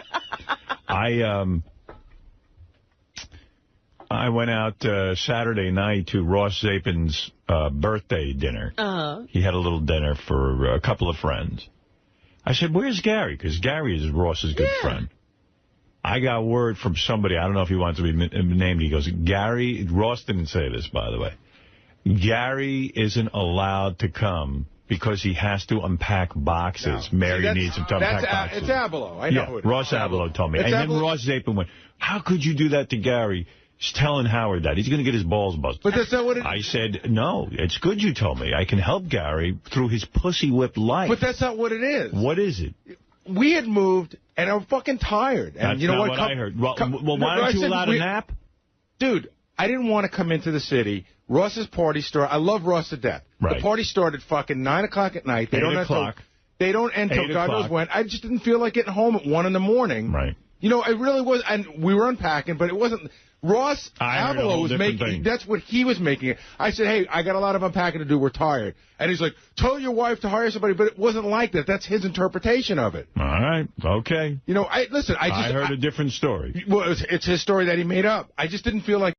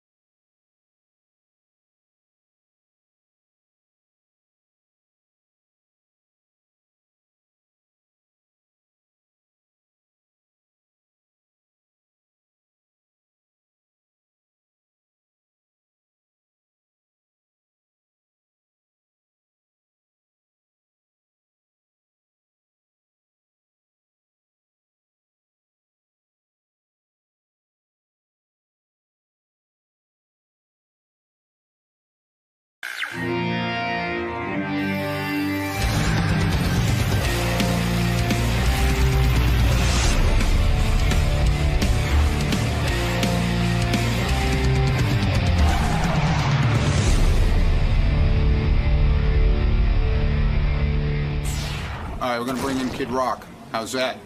He's got a new album out. How's that? How's that? When was the last time he was here? Maybe 5 years ago. That's what I said. Right? I think more like right in the beginning when we first came here. Mm-hmm. Jeff the Drunk was here. They had a little bit of a little snippy exchange in the hallway. Actually. That's right. That's right. I think that was like close to more like almost 6, 7 years ago. Well, let's bring him in. His new album is called Rebel Soul. Rebel Soul? You have a Rebel Soul patch right now. Yeah, that's right. That's right. You nut. Kid Rock, welcome back, sir. Good morning. How are you today? I'm all right. New album coming out right this way? Yeah, the 19th on Monday. Rebel Soul. Mm-hmm. Rebel Soul. Right this way, sir. It's weird. I'm way more sober and alert today than when I was younger on this show. You used to do a little pregame before you came here. I was actually a night game that just never started. It just never stopped, actually. It just flowed right into Howard. So a more mature Kid Rock coming in today. Yeah, I don't know. Coffee instead of whiskey. Might have a little Bailey's in here. That's what I'm talking about. All right, Kid Rock. Haven't seen him in ages. When's the last time we had Kid Rock on, Robin? Look at him. Never ages, this guy. Look at him. Lives a healthy lifestyle. Actually, he doesn't live a healthy lifestyle. I don't understand how he doesn't age. How come you don't? What's the secret, my friend? All that pussy. You're still a kid, that's why, because you're Kid Rock. Right down here? No, you're good. Because you're Kid Rock. That's right. It's all in the name. Kid. It would look weird if you What's were with old. the scruff? Me? Yeah. Am I scruffy? It's totally scruffy, 100%. No shit. That's your territory. What's he doing in Hey, I ripped that off from you, man. Right? I like it. It's You a got good your look. pink cowboy boots on, too? I mean, Yeah, look. There they are, bro. Hey. That's it. Are you wearing cowboy boots now? Sometimes. It's really weird with your career because you've evolved into like a guy. Like when you first came on the scene, I thought you were a rapper. Yeah, me too. And then all of a sudden you became a singer, which I didn't think you were a singer. And then all of a sudden you proved to everyone you could sing. And then you put out country albums and country songs, I guess. Country songs. Creative. Fuck Sheryl Crow. It's crazy. Hey, if you were me, you'd do the same thing. Absolutely. I mean, why not? Look at you. Why are you worshipped so much in Michigan? Is it because you love Michigan so much? You love Detroit. You love where you live. I think it's just something you put out there, you know. You give a lot of love, you get a lot back. I'm proud of where I come from, like I think most people are or should be. I don't know. I'm about outside of Why LA. are you proud of Detroit? Yeah. Why are you? I lived in Detroit. I wasn't that proud of it. I'm proud of our heritage, our history, the people that it holds. You know, the struggle and the tough times of kind of being a model for the things that we have to look out for, which way this country's going, and saying, you know, the human spirit's pretty resilient. And when you get a lot of people together that care about something, you know, that's when change happens and you can start to move forward for the better. I was surprised you weren't an Obama supporter because of his bailout of Detroit and helping the automotive industry. Yeah. I thought that would have swayed you to be simpatico with Obama, but you were very heavily into Mitt Romney. Yeah. And that didn't factor into the political discussion? What I realize is you know, I came into this business with 2 middle fingers in the air, just, you know, pissing people off. Right. Absolutely. God damn, if I would have realized you could just be political and piss people off so much, I'd have done this shit a long time ago. I mean, isn't it weird that, like, especially in show business, if you come out for Mitt Romney, suddenly you have to worry about losing fans and stuff. Yep. It's just a political opinion. And when you analyze it, most people don't know jack shit about politics anyway. Do we really know what's going on? Me of all people. Right. Who the fuck is listening to me or Bruce Springsteen going, oh, that's the guy I'm voting for because they said they like him. But fascinating, you actually met with Mitt Romney for, someone told me, like almost an hour. Like you had an hour meeting with him because you had agreed you would perform for him, you know, at one of his functions. Well, I agreed to meet with him, and then the performing thing came after that. I didn't agree to do anything. You know, they asked me if they could use my song. I'm like, anybody can use my song. You don't care. If Obama uses your song, you're happy to have it out there. Happy to have people listening to it, exactly. It's hard enough to get airplay now. The only thing I said is I have this really raunchy song called So Hot. I made a little joke out of it on my website. I said anybody who wants to use my song in politics can use them. That's why I made music, to get it out there to people. I go, but if Mitt Romney uses the song So Hot, I will vote for him. Yeah, right. Anybody who uses your song, you'll vote for. So who approaches who about... I'm fascinated by a meeting? I'm not calling people for meetings. Right. You're like, hey, you're just sitting in Detroit. Hey, somebody get Mitt Romney on the phone. I want to talk to him. Mitt Romney his people call you, and they say, hey, we'd like to meet with Kid Rock. I'm like, no shit. What does he call you? Does he call you Kid Rock? I think Mr. Bobby. Kid, Bobby. Mr. Rock? Yeah. Well, how come I don't get to call you Bobby? Why? Call me whatever you want. I've never put any stipulations on it. One of the reasons I don't get together with you is I don't know what to call you. Like, if I got together with you socially, would I call you Kid? Would I call you Bobby? I don't even know what I would call you. It wouldn't matter to me. Are you sorry? That's what's holding us back. That's what's holding us back. That's it. All these years. Hey, Kid. I don't know. So, no, I remember when you were married to Pam Anderson for the 5 minutes, and she would call you. Oh, yeah, that's right. Fuck, I forgot about that. Yeah, they got married. How many times did you marry her? 4. Wow. You said... I've said it a million times. Getting married's a fucking blast. Right. I've never had more fun than getting married. Right. Being married sucks ass. Why did it suck ass, though? I mean... she's Pam Anderson. I mean, looking back... nuts. What do you mean? It met her. I know. It's crazy. There's no secret here. But why didn't you see that ahead of time? You are a bright guy. You are. I mean, you know, people think, oh, he's a rock star and no shit. You've had a good piece of pussy before. Yes. Fucking... Yeah, look at... We talked about General Petraeus. Who's more brilliant than him? But you get so hypnotized, I guess. Yeah, of course. But why do you wake up? There's no secret to mankind. But why do you wake up when you get married? In other words, before him, was she fooling you? Was she tricking you in a sense? No, the honest to God thing was, I think I've said this before. I can't believe we're rehashing this, but whatever. I know. I didn't plan on it. I have nothing new on me. I haven't fucked up in a while. Don't worry, I'll get to the bottom of what you've been up to. But you know what it was? It started to affect my son. Yeah. When I saw it affect him, then I'm like, I said I'm out. You know, that's the honest to God. That's the bottom line. Yeah. That's why you're a good guy, because and I'll tell you a couple other reasons why I think you're a good guy. But you know, it's like you really were willing to put your son first, as opposed to this woman you married. Sure. And that ain't easy. Most guys are not going to get off that fun train. It took me a minute. But thank God I did, you know. How did it fuck your son up? Just because it was too wild a lifestyle? You needed to give him a more stable life? It was just, you know, I don't want to go into the details because I think people's feelings will be hurt, and it's too old to rehash that. Right. But it was just, and it was culture shock for my son, too. Imagine, you know, he's in a small town in Michigan. I uproot him. He starts fucking high school at Malibu High School. Oy vey. Fucking, I might have told this story before, but it's such a funny one. I'll repeat it. It was like the first day I pick him up from school. And I mean, orientation was just a shit show. I was texting people. I'm like, dude, I'm sitting behind Kenny G at fucking orientation. I'm like, this is a fucking riot. You're having a good time. Oh, I'm thinking this. I'm like, this is just so in outer space. I love it. But so I pick him up the first day. He's all shook up. He's like, and I'm like, hey, man, what's wrong, buddy? He's like, all these kids do here is ride skateboards and do drugs. And I go, hey, look at me. I go, hey. Stay off them fucking skateboards. Kind of lightened up the mood, you know. And it is amazing. And then another time, we're sitting there by the principal's office, and they have this thing that says "gay," right? Not to be used as a derogatory term. This. It was like you know, sent from above. We looked at each other, And we both go, that sign's fucking gay. Don't all the kids love him, though? He's Kid Rock's son. I mean, come on, you're a hero. The people that love me, he's probably got a good rapport with. Yeah. But I'm not one of those guys that rides down the middle like a lot of, like a Dave Grohl. You know, people just, Dave Grohl is just Dave Grohl. People love him. Kid Rock's like, I love that guy. He's a fucking idiot. I hate him. Why is that? Why does Dave Grohl get away with being the good guy? I mean, I've met him many times. He's a great guy. He is a great guy. He is a great guy. But aren't you a great guy? Or people think you're an asshole? I think it's the same thing. If you hang out with me, you'd say, wow, that guy's all right. Do you think it was because of the marriage to Pam Anderson perhaps hurt your image? I mean, who cares? But yeah. I mean, I don't know. You know, when my image consultant, you know, the conversations You never worry about your image? You don't worry about stuff like that? No. No. You just put out music and you hope for the best. Yeah, you put it out, and, you know, the thing I've learned early on is you know, you can be as wild as you want, do everything you want, but you don't have to be an asshole. You can have as much fun. You don't have to be a dick about it, though. Was your son so grateful to you when you broke off the marriage to Pam, and then, you know... Yes. We had a heart-to-heart. I mean, we were in tears. And I was like, dude, if you were so upset about this, why didn't you tell me? He's like, I wanted you to be happy, which broke me up, you know, and I'm not a fucking crier at all, obviously. And it was just, you know. That would make me cry. I mean, because he appreciated that you did that. Wow. And he never came to you and said, Dad, I'm unhappy. No. He was a trooper. He was a total trooper. He wanted you to be happy. That is sweet. That is sweet. How old is the kid now? 19. He's in college, second year of college. No kidding. Yeah. You've got a 19-year-old. I remember coming on here years ago, like I'm in this crazy custody battle. Like I got to be careful what I talk about. But now we can talk about anything. But isn't it amazing? You want to rehash any of those questions? Yeah, right now we can. Did you? Yeah, the ones you couldn't answer before. You know what? I always find that you had full custody of your son, right? Yeah.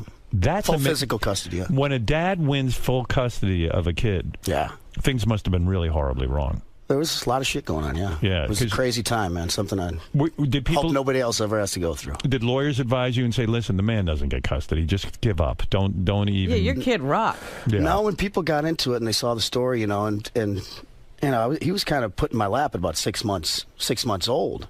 You know, and then I was not successful then. You know, I was still broke, hustling, you know, making my music, a broke musician. And by the time he hit about, you know, 6 or 7, you know, things started to happen, and that's when it was like, Mom came back? I'll take the kid now. Oh, now he's 6 or 7. He's a good kid. I'll take him. You got a little coin in the bank. Yeah. Wow. Oh, is that when it happened? Right, but you know what? We've hashed all that down. I hate, you know, it's tough talking about this stuff because we've hashed that down. We've both, you know, said our apologies for things we've done, and it's the best for my son. Are you in touch with his mom now? Not a lot, but, you know, we are cordial and talk and try to do what's right for Is he in touch with his mom? A little bit. Little bit. Yeah. But it's not... Did you have to badmouth? Was she an ex-wife or just a girlfriend? She was my 8th grade girlfriend. Oh, she was? Yeah. But you never got married to her? No. I see. And then shit just fell apart. Yeah. Hey, man, what a scene, huh? It's amazing. I mean, when horror stories was she when she got pregnant? Yeah. Let's laugh this morning. How old were you when you... Ask me something fucked up. When you became a dad, how old were you? 22, 23. Oh, 22, How old 23. was she? Same age. She's 1 year older than me. Oh, wow. Yeah, man, that's amazing. What a life. I'll get back to this whole Detroit scene. Yeah. When I lived in Detroit, Bob Seger was God.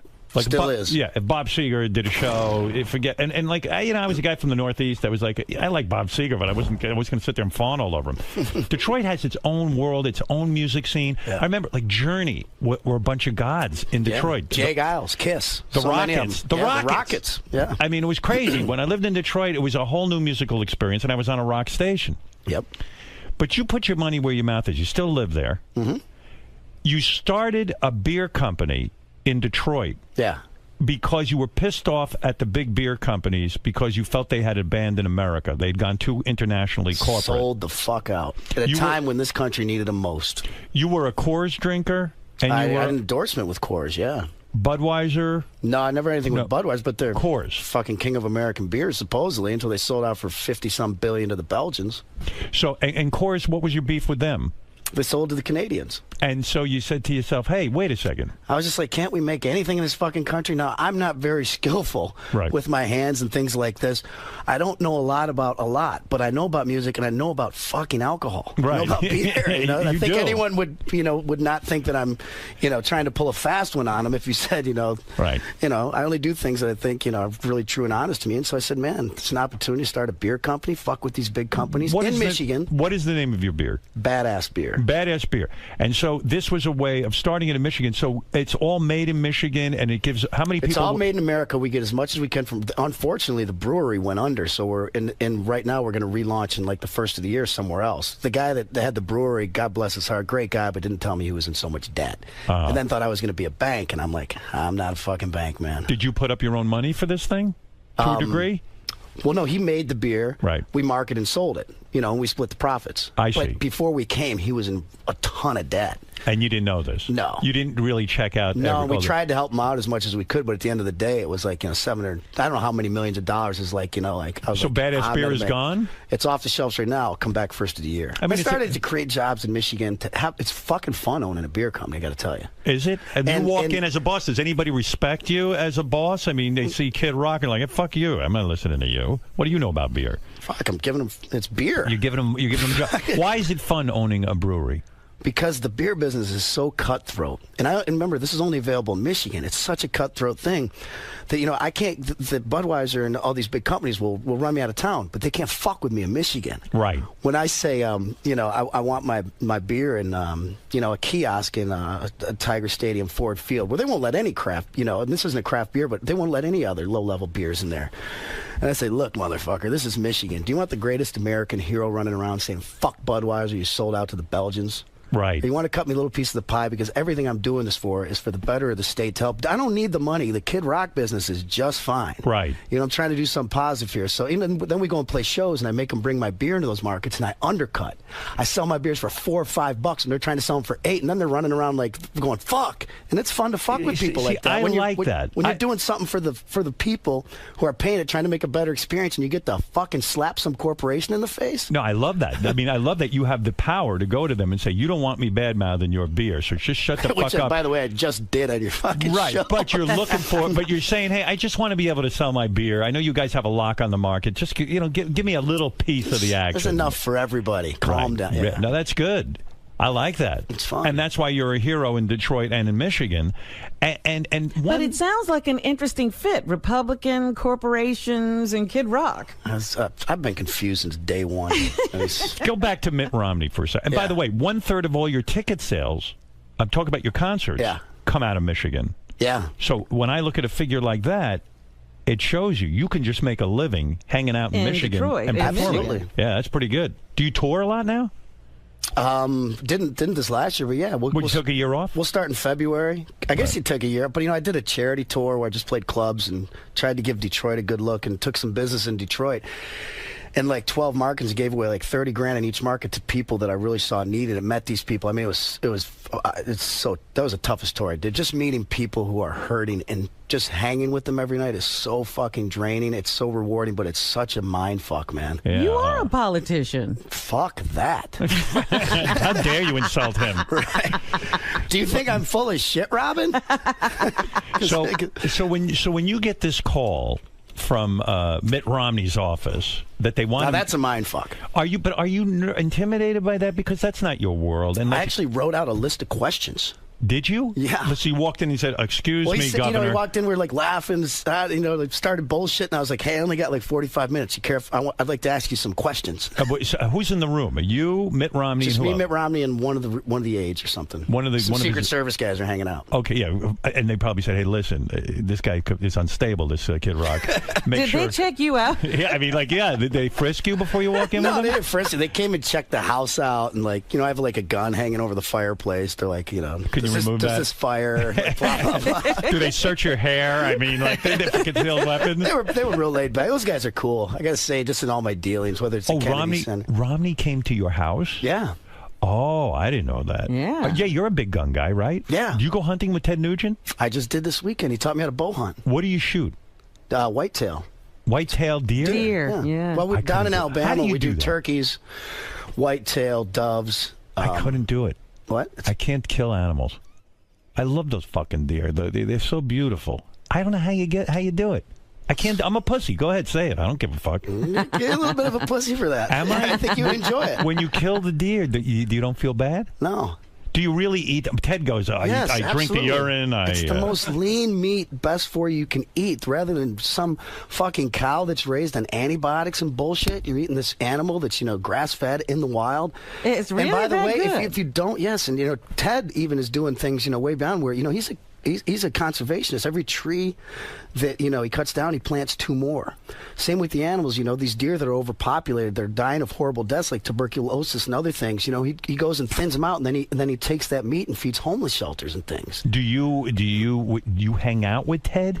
We did last weekend. That was my first time in a while. We're always texting, but he taught me how to bow hunt, Is he that manic when he's like... He's a great guy, man. I enjoy him. He speaks in T-shirts. Right. We're driving out to the blind this weekend, and we were talking about something. He goes, "I didn't create fuck you. I just perfected it." Yeah, it's like everything's almost a song title. Yeah, right. Do you ever say, "I'm going to write that down and use that"? I mean, it's But he speaks in headlines. But you can see how he became a songwriter because he does speak in like Steven Tyler's like that too. Yeah, very animated. You've been critical of Steven Tyler. You thought for American Idol, I love Steven Tyler. But who doesn't? You didn't think American Idol I'm was a little critical of you doing your thing. You don't like me doing America's Got Talent? I love doing it. It's so much fun. No, man. You're like the most credible, kick-ass motherfucker from back when I had band with the FCC. Right. The FCC every now and then, and then it's like Howard Stern's joining America's Got Talent. I'm like, fuck! But you see, that's why I did it. Boom. Another one bite for dust. But I enjoy... You know what? I came to the conclusion. It's money, isn't it? Money? No way. I need the money to go do it? I love watching... I don't care how much money you have. Everyone loves more money. But can I say something? Yeah. Steven Tyler did it for the money. I know. I know that for a fact. He needed money, and people are wiped out by that. They go, how is Steven Tyler? But so you enjoy to have a TV camera in your face and tell these kids that aren't talented. I flipped the channel one day, some kids crying, and you're like, I hate this sucks. I felt bad. It's like you're kind of a deer in headlights, even though you're a great media person in front of the camera. Now it's like the camera's on this, Well, it's funny. When I read your criticism of Steven Tyler, I said, Kid Rock must think that of me, too. And I said, part of me knew that was going to come about. Sure. But Robin knows this. I would sit and watch this show. I love the show. I love America's Got Talent. He was a huge fan. Why are you smiling? I'm being serious. This is why I did it. And I said, I've pissed off America in every single way.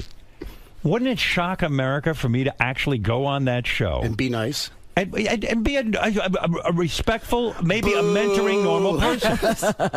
Yes. I know exactly how you feel, because when I do things that I guess are a little out of character for Kid Rock, I'm sure a nice guy, I'm like, shh, don't tell anyone. I'm the American badass. But I'm sure when you endorse Mitt Romney, you get the same kind of shit I get for doing America's Got Talent. Absolutely. And you know what? I'm just saying my opinion.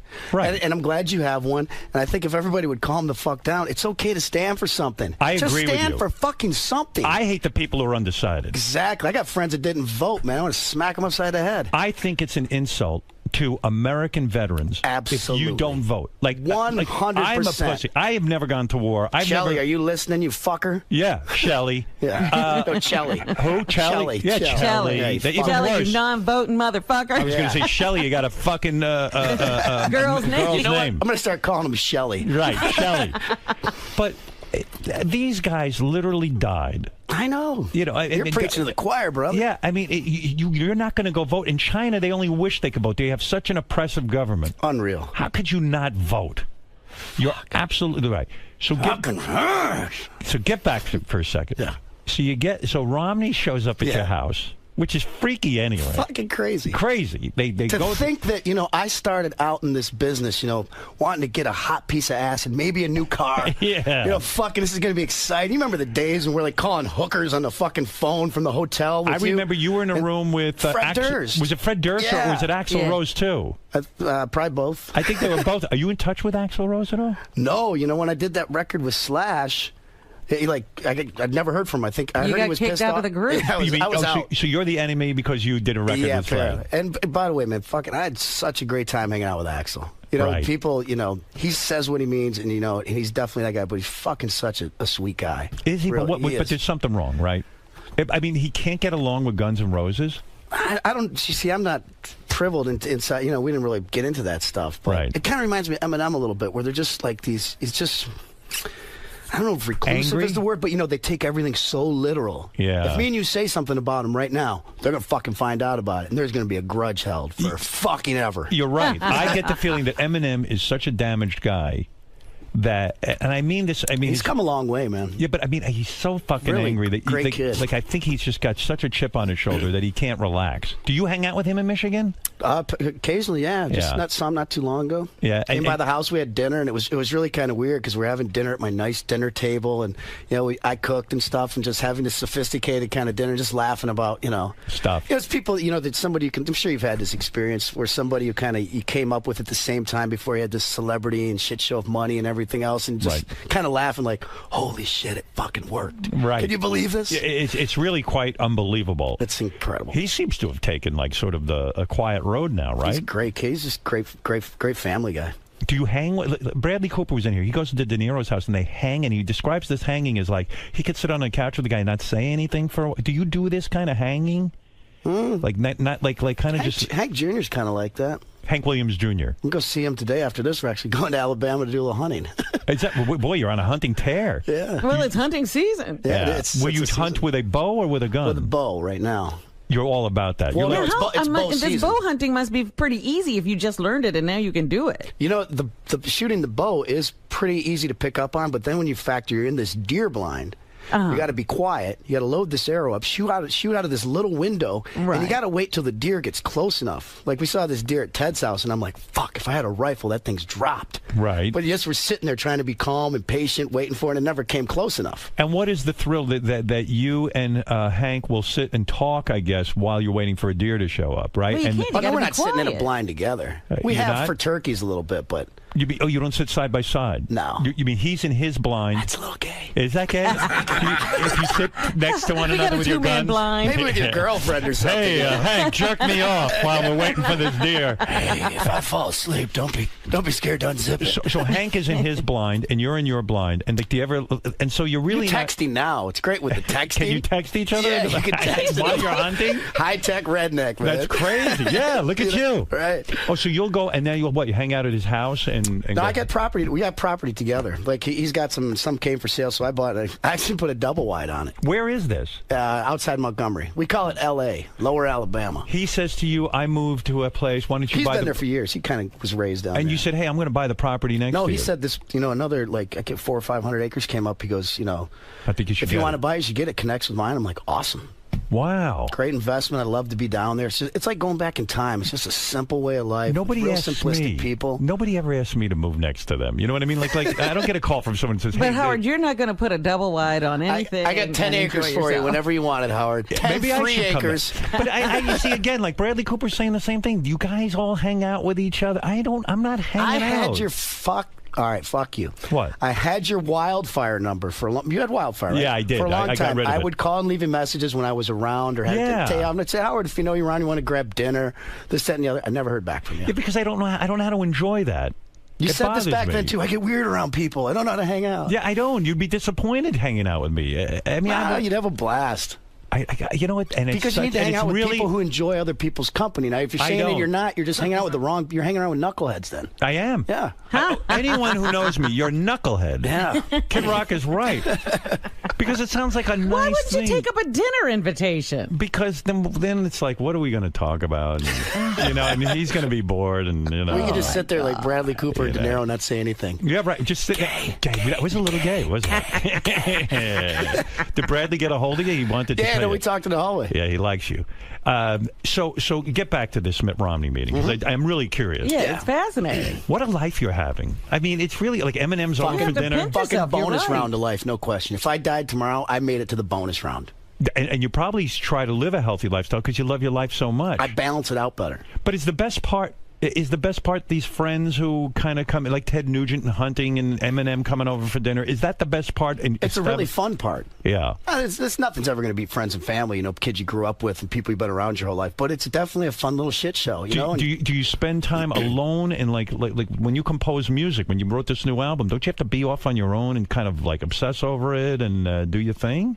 Not really. But where do you write this music? It's just what I do. It just happens. You scroll But you don't have a regular writing routine where every morning you have to go and sit for a little while? Well, you know, when we're in that mode, I mean, I'm writing all the time.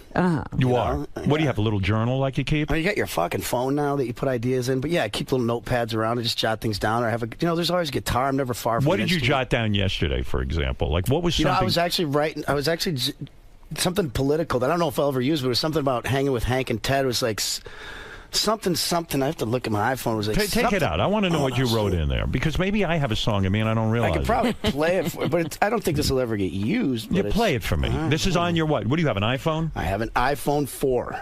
Why not the new one? Can't afford it. Seriously, why not? It's great. It's much lighter.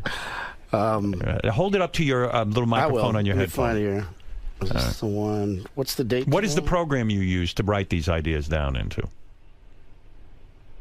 Let's see your speaker. Yeah, put it on speaker. What do? You talk into it? Yeah, let's see here. You don't work it very well for a guy who... yeah, you might not ever get that idea back. Yeah, I mean, by the time... How do you work this? Yeah, by the time you get the fucking idea down into the iPhone, it's gone, isn't it? Don't ideas just come and then... Don't you lose ideas a lot? Look at you. You're horrible with it. Why is it not coming out? You got it on mute, I bet. Do you have it on mute? Speaker? You go ahead. Talk me through it. Play. Go ahead. Oh, there it is. Now make it louder. All right. There. Are you left or right? I was born to be dead. And when I die, I'll lie somewhere between old Hank and Ted. So in other words, that came to you. Yeah. You speak it into the iPhone. Yeah.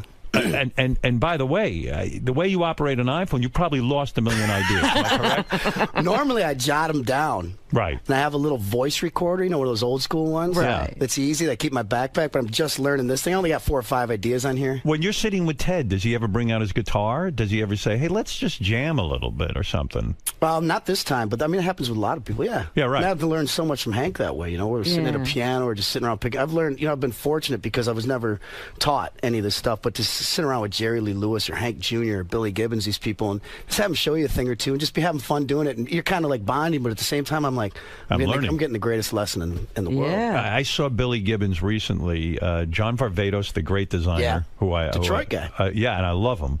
He dresses me for America's Got Talent. I know. That's sweet. Well, hey, whatever. So I'm gay. So I told He's you really what crossed over. Yeah, I'm gay. Is this scaring you away from our dinner date? Who dressed you? What's that? Who dressed you today? Come on. Do I look like I have a fucking stylist? No, but John Varvatos, he had an unusual event right in his store. He had ZZ Top playing. They must have done about 7 songs. I saw they did a deal with him or something. Yeah, 7 songs or something like that. And man, that Billy Gibbons, is he underrated as a guitar player or what? Jimi Hendrix on the Dick Cavett show years ago called him, you know, when he was young, said, yeah, my new favorite player is this young cat out of Texas, Billy Gibbons. And my God. I mean, I've been, Billy's one of my fucking great friends in the business. Do you ever say to him, shave that fucking beard already? Fuck, no, that thing's awesome. You love that beard. Look at how, like, the beard is like the new hip. Everyone in Brooklyn's got a fucking beard. Billy Gibbons. Well, those are started Hasidim. You can't. They don't count. Now,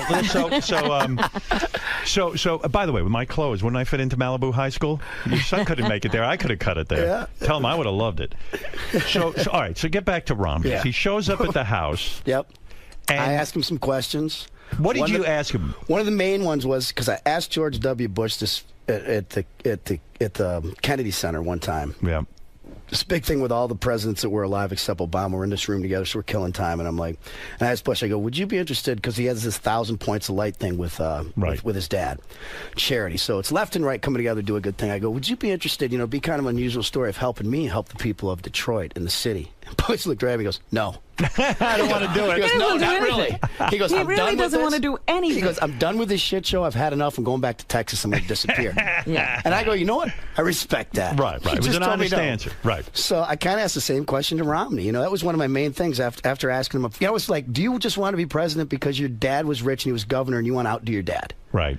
These are my questions. Because that could be the motivating force. I'm like, I know what it's like to want to be better than your father. Right. I'll succeed where your dad didn't make it. He'll make it. Of course, I'm getting these. No, I really think I can help America. I'm like, all right, cut the shit. Yeah. Like, this is my living room. It's not going to leave here. Of course, I'm spilling it all now that the election's over.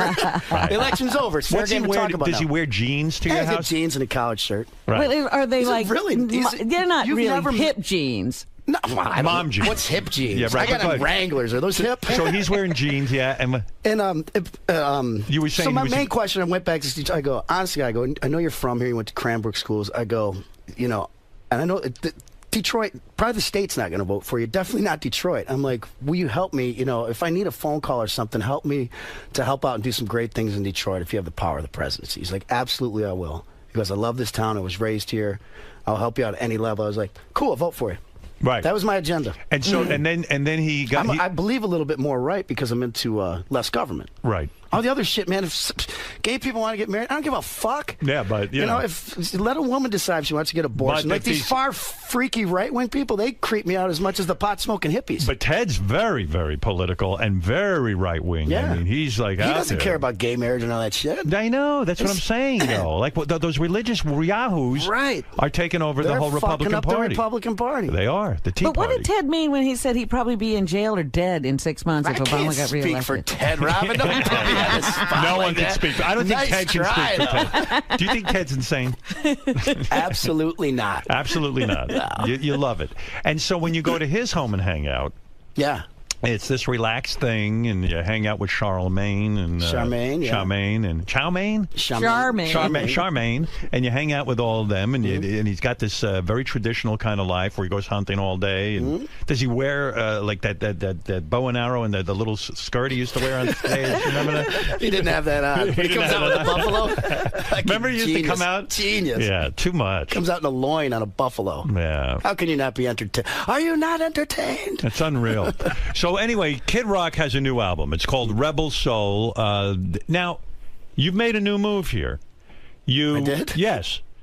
You were very resistant, let's say, to iTunes and all this stuff. I mean, you hated the internet. You don't like that people don't buy albums anymore. They buy the singles and all this stuff. No, the thing with iTunes was more of, telling everybody that their music's the same price. Right. Now, if you think Bruce Springsteen, Born in the USA, should be the same price as my son's garage band. Right. I don't agree with you. But you've changed with the times, and now you're selling the album on iTunes. You've bowed to the new way of doing things. Nah, I did it on my own terms. Did you? I sold millions of records without iTunes when everyone told me once again in my life that I couldn't do that. That's true. How many records have you sold? What is it? Without iTunes? Yeah. Or total? Total. Like 25 million, I think. 25 million records. And each time you put out a record, people said, no way you're going to sell any records, right? Oh, God.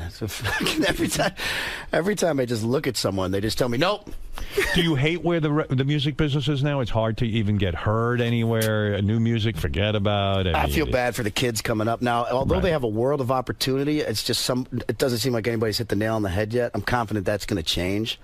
Well, a lot of people say the new... I'm old. Yeah. I don't know what these kids are up to. What you're saying is what's nice is you've got your core audience, so you can go out and tour and make money. So the pressure isn't on you to sell a lot of records. Exactly. But, it's a tough environment now. It used to be, hey, Aerosmith's coming out with a new record. Everyone would just go out and buy it. Everybody can make a piece of music now. All you need is a computer. Right. Everyone thinks they're in a fucking band. So what's the best way to sell... Just go over the bridge to Brooklyn. Right. But what's the best way to sell a record now? I guess you got to go out and... It's fucking never changed. It's the same thing. Make a good fucking song. Right. It's that simple. If somebody else asks me, like, how you do it, the piece of advice, hey, write a fucking great song. You will not have a problem with anything else. Right. Nothing. Everything else will fall right into your fucking lap. Yeah. But what if you do write a good song and you sort of can't get on the radio? But you're saying, hey, if I do write a good song, someone will get on the radio. It'll somehow happen. But what is happening with rock and roll? I mean, nothing. The radio stations are dying. What's going on? The stations are gone. It's overprocessed. And here's what's... How many rock stations are in Detroit now? One main one, Riff. Riff? They're still standing? Yeah, there's a couple classic rock stations, 94.7, 106.7. I don't know what the call letters are. But here's what's happened with rock. These people like Jason Aldean in country, they would be rock. Right. But rock won't play that. they think it's too country. But remember the Eagles? Right. And shit like this? Jackson Brown? Yes. That was rock. Right. Now all of a sudden, if it's not over-processed fucking band with like metal guitars that absolutely suck ass. So you're saying the definition of rock has really not changed? Country. It's country, because these guys come out with a band and they do play. And all they do is throw a fiddle in it. You take that fiddle out. You take a fiddle out of a Keith Urban song, or like I said, Jason Aldean or something like that. It's fucking rock and roll. Yeah, you do have a point. You're making me see that. I didn't think of it. I guess I've been kind of snobby about it. Yeah. But you're right. But you'll never beat this. I was just explaining this the other day. Hip-hop, pop music, R&B, country, you will never beat a blues-based, barn-burning rock song live. In an arena, never. It's so true. Never. Like I said, ZZ Top. Period. I mean, that's just a great show. Yeah. I'll put Walk This Way, against Aerosmith live against any fucking pop or country band. Any day of the week. Has Steven ruined Aerosmith by being on American Idol? I mean, can they come back and... Nah, I think it was just a little, oh, man. A little detour. It's just, And what was he supposed to do? They really left him. It just seems like you wanted that spotlight so bad. Like, I've got to be in that spotlight.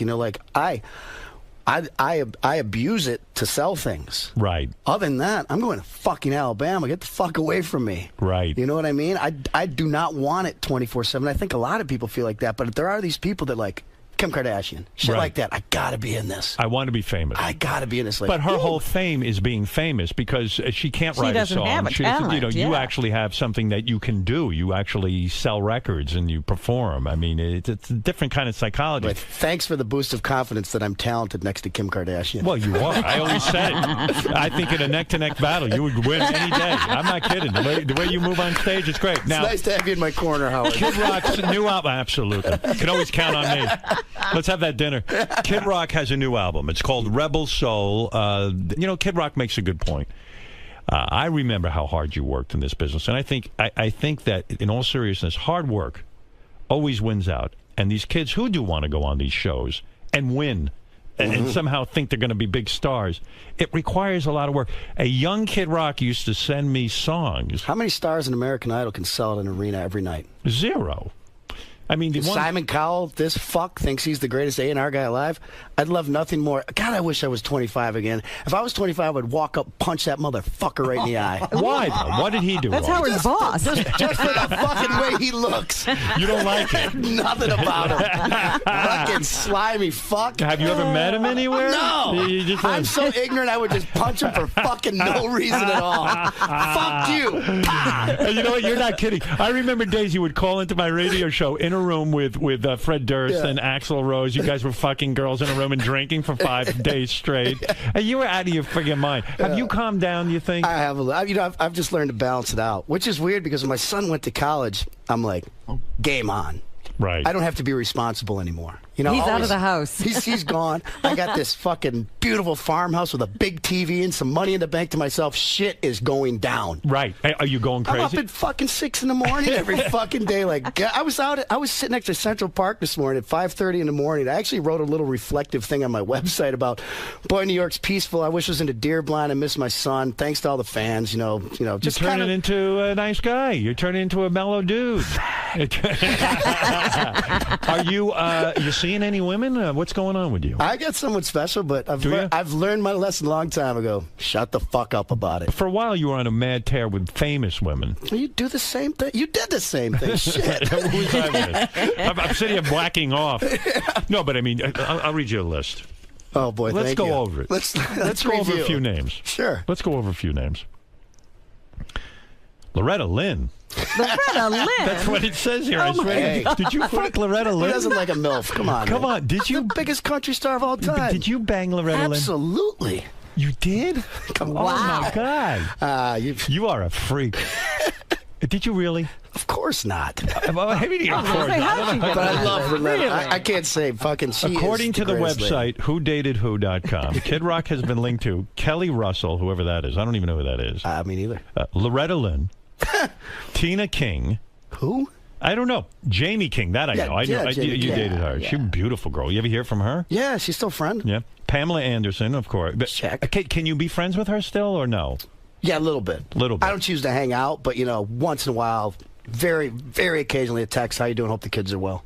Oh, really? Mm-hmm. Oh, that's nice. Sheryl Crow, of course, we know about. That's weird because she is like family and my sister. So thinking back on that one, I'm like, mistake. Well, this is like incest. Yeah, but attractive woman. It was a very small little, I think it was we got caught up in the music and kind of fell in love through the music. Were you in love with her? I'm still in love with her. I love Sheryl Crow. Like I love her to death like cornflakes. That's another thing I like about you. You seem to like fuck these women, and then somehow you're friends with them. No one seems offended when you break up with them. You don't got to be a dick. Well, how do you break up then? Like, to teach me. Like, what do you say? They usually realize they can't deal with me. Yeah, but what do you say? Do you say, listen? They're like, this isn't working out, and I'm like. So they break up with you, is what you're saying. Oh, that's too bad. Why doesn't it work out with you? Do you purposely sabotage the relationship? I think I have before, but how do you do that? Man, I might be a little too self-righteous. I know I'm a good person. I open the door. I treat people with respect. I know I have my quirks. I'm very upfront about them. What are your quirks? What's that? What are your quirks? Fucking my way or the highway. Is that right? So everything's got to go down your way. I mean, is that but fair I don't to think a my woman? way's that bad. No, but is that fair to a woman? I mean, she's got to feel equal in the relationship, doesn't she? Says who? Says me.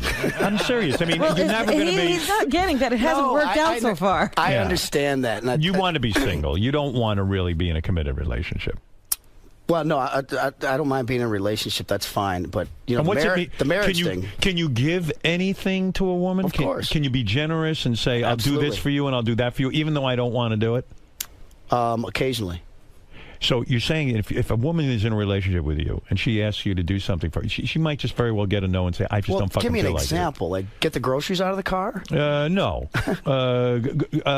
She wants to go see a Broadway show with you. You would do that Absolutely. for her. Even though you detest going to Broadway shows. Absolutely. You would do that. Of course. You're a good man. What can I say? Go through the horrors of that. Especially after seeing that South Park. All right. Jamie Presley, you dated Conchita Leaflang. I don't know who that is. Tamara Mellon. Isn't that the girl who invented Jimmy Choo shoes? You went out with her? Yeah.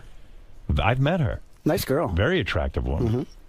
No. Classy girl. Wealthy girl. Wealthy. Went to Elton John's once. She picked me up in like a Benz and had like a bottle of Jim Beam and a 6-pack of Budweiser waiting. I'm like...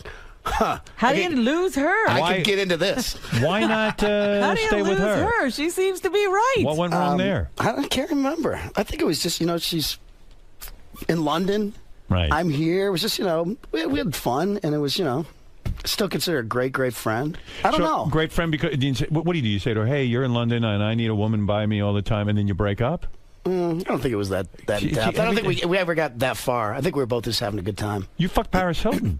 No. That's a lie? Yep. Oh, okay. Mae Anderson. We've hung out plenty of times. Kelly Pickler you banged? No. Never? Nope. Says here on she's like a sister, too. It's got to be true, though. It's on the website. You might as well bang these people. It says you do. You might as well. That's right. I mean, that's a good point.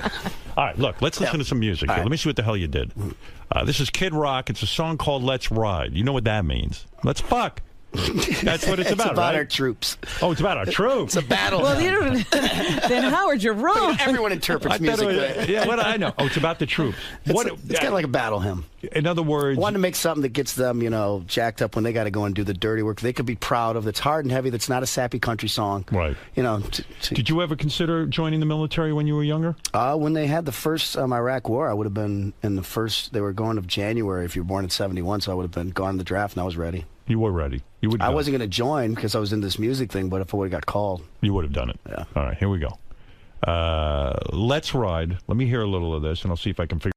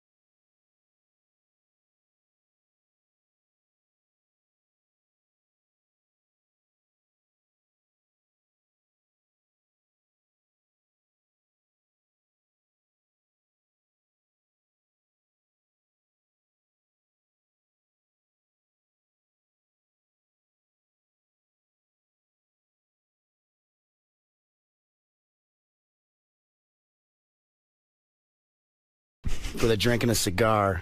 Actually, I envisioned myself getting old, and so when the grandkids come up on the porch and I'm sitting there with my cigar and my rocking joint, I'd be like, Grandpa, what are you up to? I'd be like, still rocking. Think all those years we knew. Imagine when we were hanging out with that little guy, the Joe C. Joe C. God, he loved coming on here. He did. He did. He loved you. Those were the wild I was thinking days. about him this morning when I was having my little reflection moment out by Central Park. Just because you thought of him still? Yeah. Yeah. Just because I know he loved coming on the show, and he loved because you would just break my balls so much. He loved that. I love when Joe C. would come on. Joe C. was well, how tall was he? 3'9". 3'9", had tons of medical problems. Yeah. How old was he when he died? God, early 20s. Early 20s. He was young, And he always was a fixture at the Kid Rock shows. He was on the albums. And this Joe C. loved Kid Rock, and he loved being on stage with Kid Rock. Yeah, great kid. And he was just a character. Yeah. Remember when he popped out of the birthday cake at your birthday? You in touch with his family at all? Yeah. No. Yeah, my brother still keeps in touch with his dad. You know, we invite him out to shows and stuff, but his mom still... still can't. She can't deal with it. From what I understand, still very tough for her to deal with. You know, she can't come out to a show and stuff and things like that. Because she's a broken woman. You lose your kid, it's a broken thing. Yeah, you just. It's hard. You know what? You bring it up a good point. I'm not in touch with his family as much as I should be. Yeah. I got to straighten that out. Yeah, you better straighten that out. You know. All right, now you've brought the show to a screeching halt. We're broing out. Yeah, right. Easy, huh? Are you crying over there? Smack you in the fucking head. Okay. Are you okay? Fine, man. Let's go. Good. I bet you fucked Loretta Lynn, you devil. Oh, that is so sacred to say that. How's your... You're going to run me out of Nashville for hanging out with you, Howard. You got this girl now, huh? You got a nice girlfriend? I'm not going to even speak Is on she it. in the business? You're not even going to... Showbiz girl? Nope. Maybe. I don't know. Nope, maybe I don't know. That's one question. I just learned not to talk about this years. I learned the hard way. Why can't you say... You know, I don't get you. You've had plenty of fucking girlfriends to drill me on. This one's not happening. Can I tell you something? I'm going to tell you something. You straighten your fucking head out. And I'm going to tell you right now. Please. Okay. I told this to some of these guys at Bradley Cooper. I adore my relationship with my wife. I'm proud to talk about her. I like, good for you. Yeah. And good for you. Does that mean I got to do the same? Absolutely. Be like me. You're a hero. All right, listen. I'm happy for you. You seem like you're in a good place. I am. You know what I mean? Give me a minute, though. I'll fuck it all up. Let's get together sometime. Oh, God. We really should. Dinner, break some bread. Try it again? Some good wine. Let's break some bread. Talk about the old days. You're never around New York, are you? Sure I am. Are you? Hop, skip, and a jump. I'll give you my new number, man. So you don't want to come down to the Camo Wrap Double Wide in Alabama with me? You know, I wish I was more of a man. You guys would think it would be like having a woman hanging around. It would be like Deliverance, you know? Yeah. You guys would have me tied to a tree. Yeah, I know. I'd be nude. You'd be tied to a tree, and you guys would be goofing on me. I just know it'd be a disaster. Ted Nugent skinning me. I shoot myself in the foot with my bow and arrow. That's your worst nightmare. The new album is called Rebel Soul. You heard one of the tracks. I loved it. For additional information, go to KidRock.com. And don't miss Kid Rock's playlist. Oh, on Howard 101. I'm glad you're doing that. Yeah. Kid Rock's going to actually, you know the thing that Scott the Engineer mangled? Yes. Where he played all his favorite songs? Right. Or actually songs he didn't like. Yeah, he ended up playing songs he didn't like. That's kind of funny. You can hear Kid, he's going to do his own sort of hour music special and just play some of your favorite tunes. Yeah, a lot of unheard bands. Okay, give me a name of one of your favorite songs that we will hear on that special. The Band of Heathens. Should have known. You don't know it, right? Right. Great. I think they're out of Austin. I don't really know that much about them. I just know their music's fucking fantastic. It's kind of like between country and the Rolling Stones, like rocking, but still, with a little southern rock tinges. Right. Phenomenal players, singers. Nobody's, they're really kind of off the map to the mainstream, so hopefully it'll help them out. Well, thanks for doing that. Well, that's going to be interesting. All right, Kid Rock, everybody. We'll be back with Robin's News right after these words. Thank you, and best of luck with the new album. Good seeing you. You don't got a little corridor in here somewhere where I could, puff off a cigar real quick, do you? Like, they wouldn't set the fucking building alarms off and shit? This building's pretty bad with that stuff. Yeah. Wait. So, all right, man. Okay, a fan in here? Let's try to maybe get together. Let's see if there's a fan in here. Let's unlock it. I know there's not an alarm. No. Wednesday, today, November 29th. Fucking fire thing right on the wall. Kid, so you were saying it went well in there. Yeah, it was fun. No dirt, no heavy dirt on you this time, so it was... Nah, sorry, I'm getting boring in my old age, I guess. You guys are so opposite as far as, you talked about your stances on hunting. Politically, he's a outspoken Obama supporter. You obviously a Romney guy. What's the common thread that binds you guys? We're good Americans. We're good Americans. I think we're all the same, man. We want the best shit for this country. We just have different views how to get there, but at the end of the day, thinking differently is what made this country great. So, You mentioned people just need to calm down, not get so uptight about all this shit. About all the details. We're all trying to achieve one common goal. Exactly. Before the interview, you told me you enjoy this little deviation from the cookie cutter press tour that you did. Yeah. At the same time, when you're in the studio and you hear a question that Howard's starting to formulate, maybe it's about a girl you were with a long time ago, anything at all, are you starting to be like, oh shit, here we go. This is what I don't like about doing Howard. You know what you're getting when you're coming on Howard Stern. I look forward to it as somebody who, I guess, is outspoken, who doesn't fucking lie or bullshit. It's it's actually a place that I look forward to because I don't have to fucking try to be, PC in any way. Say if they're interviewing me on some mainstream show where, I just want to blurt it out a certain way, but I got to think about it and be like, because if you blurt it out a certain way so many times, then they don't want to have you back in any of these shows. And at the end of the day, I'm trying to sell a fucking product, trying to get the music to people. But this is just a place where you can, it feels like you're sitting around talking with friends. Let it fly. Yep. All right, man. Thanks a lot. Good luck with your new album. All right, man.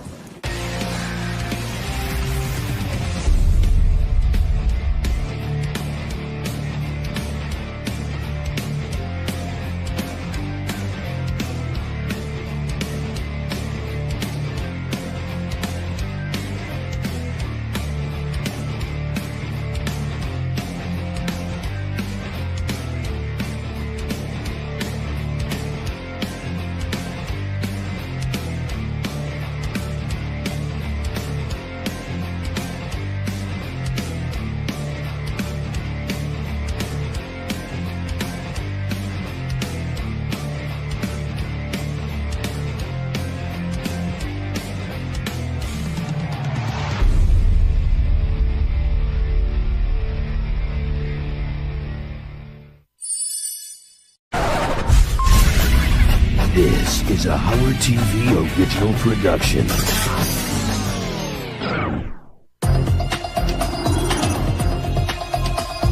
Do you believe that the Howard Stern Show is your own show?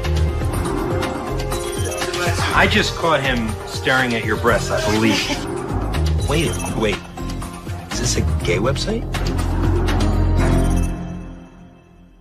Peter McAfee, or Medicated Pete, as he's affectionately known, first twitched his way onto the Stern Show scene as Scott the Engineer's intern in the fall of 2009. Since then, his Tourette's-affected lifestyle has captivated both Howard and his legions of fans alike.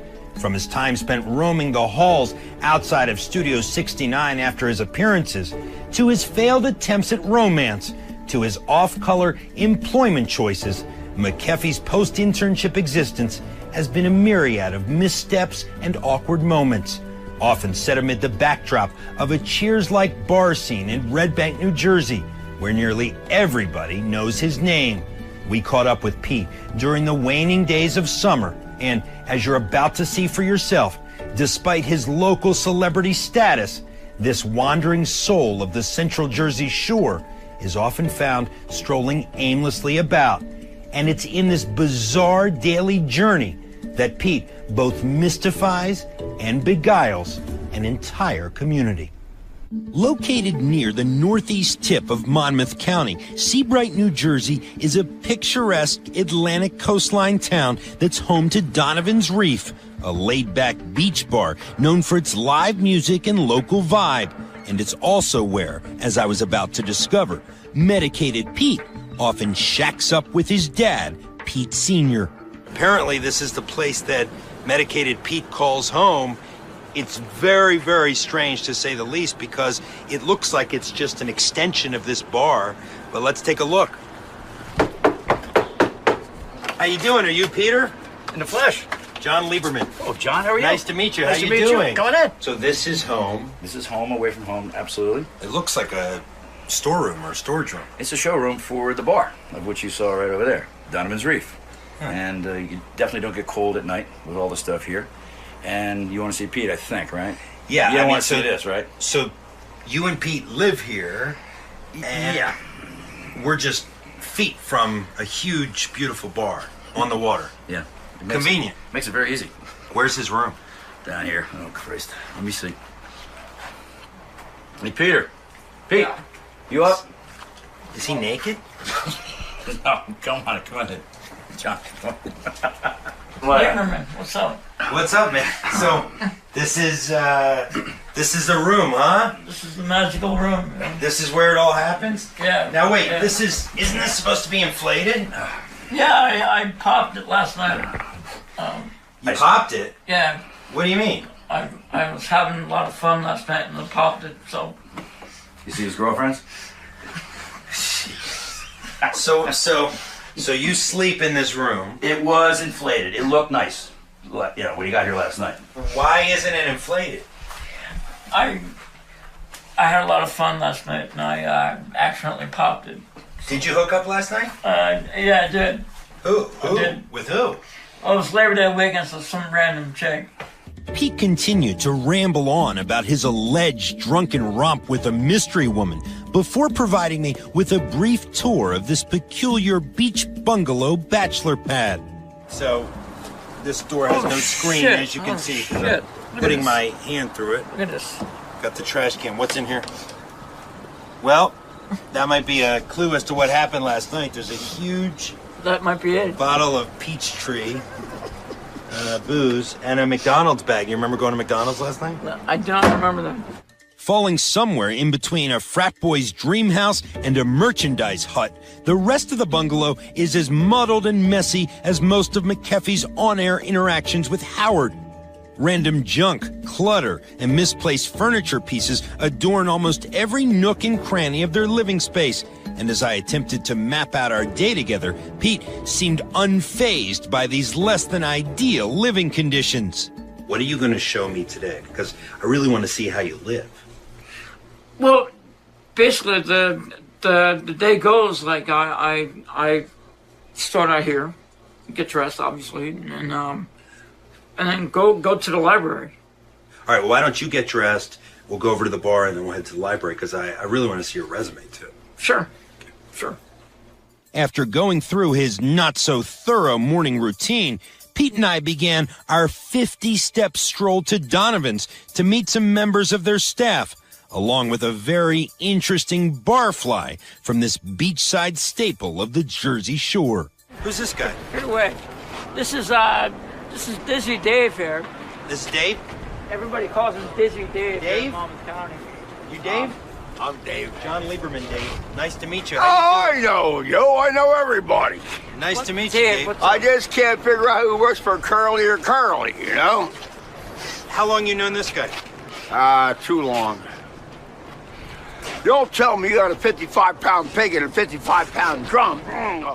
Not everyone at the bar was like my new friend Dave, though. Susie, Donovan's manager, has known Pete for 16 years and helped clarify some of the details surrounding Pete's supposedly wild night with a mystery woman. He claims he met a woman here last night. Last night? No, there were only guys. I don't think we had any girls in the bar last night. It was raining. What was his name? I don't remember. Oh, so there was a girl here last night? Tell me about her. I guess I was just so fucked up that I just didn't remember shit, you know? Yeah, I hear you. That usually happens, you know? I just caught him staring at your breasts, I believe. Yeah, well. Does he generally do that? I mean, yeah, you know, you'll look up and whatever girl is near him, he'll sort of have that Petey look on his face with his jaw kind of open, giggling, and just sort of looking at boobs. Yeah, he does. That happens a lot. That's what? That's just me, you know? So it's excusable because it's you. Yeah. But as I got to chatting with more of Donovan's staff, I discovered that Pete was stealing more than just cheap looks down Susie's shirt. He'll just lurk towards the bar. Not much going on there. Every now and then he might try to swipe some tips off the bar. Yeah, you heard me correctly. Pete, this is a very serious accusation. So let me ask you this. Have you taken money off the bar, money meant for tips for these hardworking bartenders, and put it in your pocket? When I've been drunk, I've been accused of that, yeah, and that has happened. And it's just like, I just don't know where my mind's going. There's stories other bartenders will tell you too, where there's $2 to $3 at a time. So collectively throughout the night, maybe $20. Still, $20 a night is $20 a night. He's not drinking. Where's it going? How awkward is it, the fact that he lives 30 feet away? Well, the most disturbing part is last weekend I found him passed out against the shed with pizza just all over him in his hair. How does it end up in your hair, and how do you end up passed out over there? Well, that's the part where it gets kind of dicey. It's like I don't remember any like details or anything. It's just so like abstract. Pete's recollection of his mozzarella cheese covered night was providing me with little insight into the reasons behind his inebriated antics. So I decided to check back in with Pete Sr. to learn more about his son's backstory. What is it about your son that our listeners and our viewers might not know? Peter is smarter than a whip. He has a chemical imbalance, which is Tourette's, okay? He's got a heart the size of a manhole cover. I couldn't be prouder of my boy. He's not a boy anymore, he's a man. He loves the radio. I'll tell you one thing, what Howard has done, and all you guys for him, his self-esteem has gone up so much. It's just incredible. And I appreciate, my wife does too. I mean, I love him. You know, it's Pete and repeat, Pete squared. He's been with me, you know, forever. And I told the guys before, he skied around the world with me. He was a model when I was at Skiing Magazine. He's a great skier. You know, he's got a band. He's an incredible drummer. He can sing. He doesn't brag about himself. And somebody that's accomplished as much as he has, it's amazing that he won't tell the story. As I continued to delve deeper into Pete's past, I uncovered even more about his lifelong bout with physical afflictions. Tell me, Pete Sr., at what age Pete Jr. was diagnosed with Tourette's? About 2.5, 3 years old. My wife found out he wasn't rolling over. As a mom, it's like, went to the doctor, there's something wrong, there's something wrong, there's something wrong. And we finally got the diagnosis, a thing called Tourette's. It wasn't just Tourette's. What other diagnosis? He was born with, it's a form of cerebral palsy called infantile paraplegia, which he was paralyzed on the left side. And he was paralyzed on one side completely? Left side, yeah. Left side. And that's gone away. But again, people think cerebral palsy is Mongolism, and it's not. Cerebral palsy is a neurological disorder. And that got better through therapy. And you'll see Pete does this. That's Tourette's and that too. What's the hardest part about being Pete's dad? Nothing. Now I've learned that Donovan's is less of a bar to Pete and more like a second home. But now I wanted to go to the place that changed Pete's life forever, the infamous public library. So Pete, how much has this library changed your life? Before my internship with Howard, I would come here and post resumes online. And I would upload my resumes to different places. Since I got the internship with Howard back in 2009, this has changed my life 720 degrees. I mean, it's been a surreal, great experience. I mean, I can't really put it into words, like how much it like changed my life. It's not just an internship. It's not just working for a radio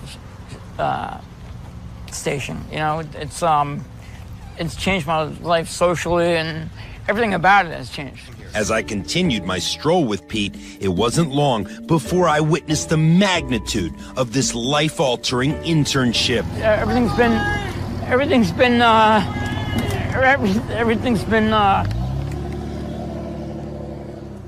Clearly a lot of people here know you. We just got a Baba Booey out of a truck.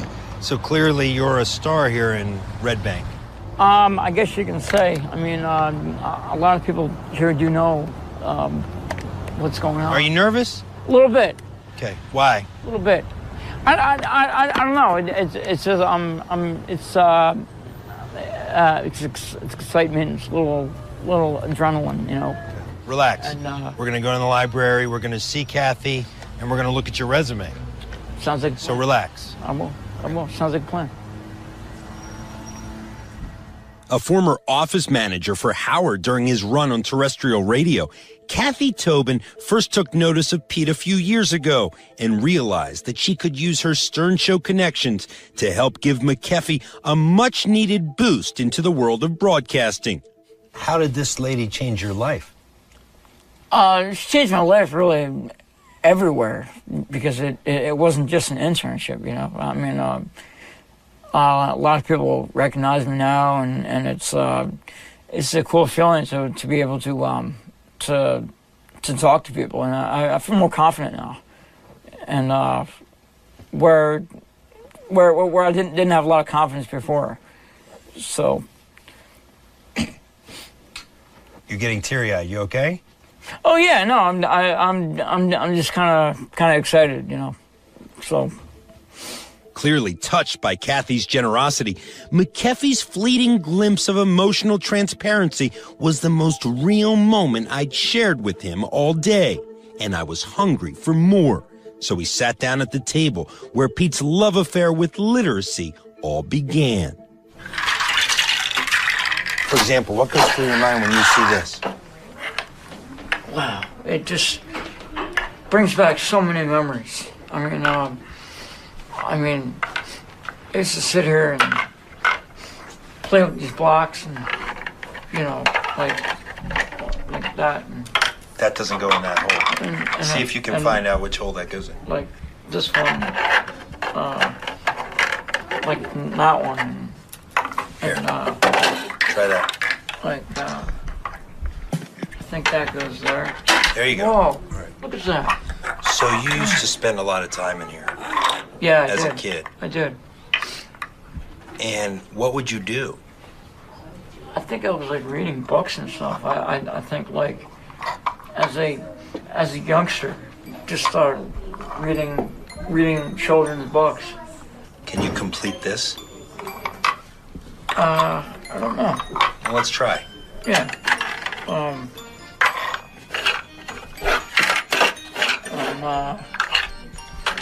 I think that doesn't go in there.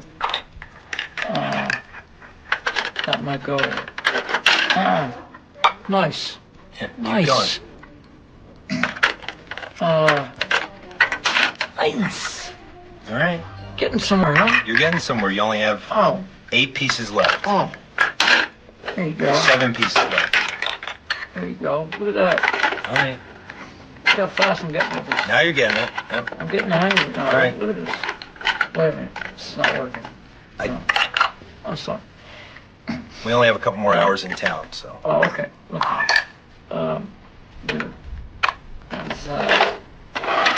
They don't make these as easy as they probably did when you were a kid. No, they don't. No, this is very complicated. Very complicated. Oh, there you go. There you go. I think we're almost there, John. We are. We got 3 left. You're doing real well. I appreciate that. I'm not sure who this is more uncomfortable for, you or me. I've been in a lot of uncomfortable situations. I don't know. I think this might take the cake, you know? This definitely might take the cake. All right, well, we're going to go do your resume. Try those last 2. There must be holes that fit. And we have to go look upstairs. Did you get the idea, though?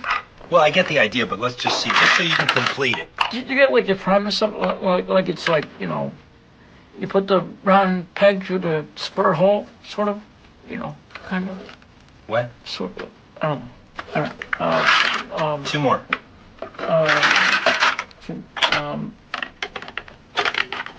All right, 1 more. You're putting the pressure on me, John. I know. It's tough. Close. No, 1 more. Come on. You can do it. Seriously. There. All right. It's a little loud for the library, but good job. That's all right.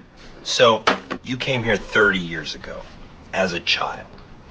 How have you changed in that 30 years? Not much, actually.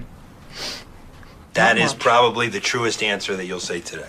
I was beginning to learn that his daily trips to the Red Bank Library are rife with tedious moments like these.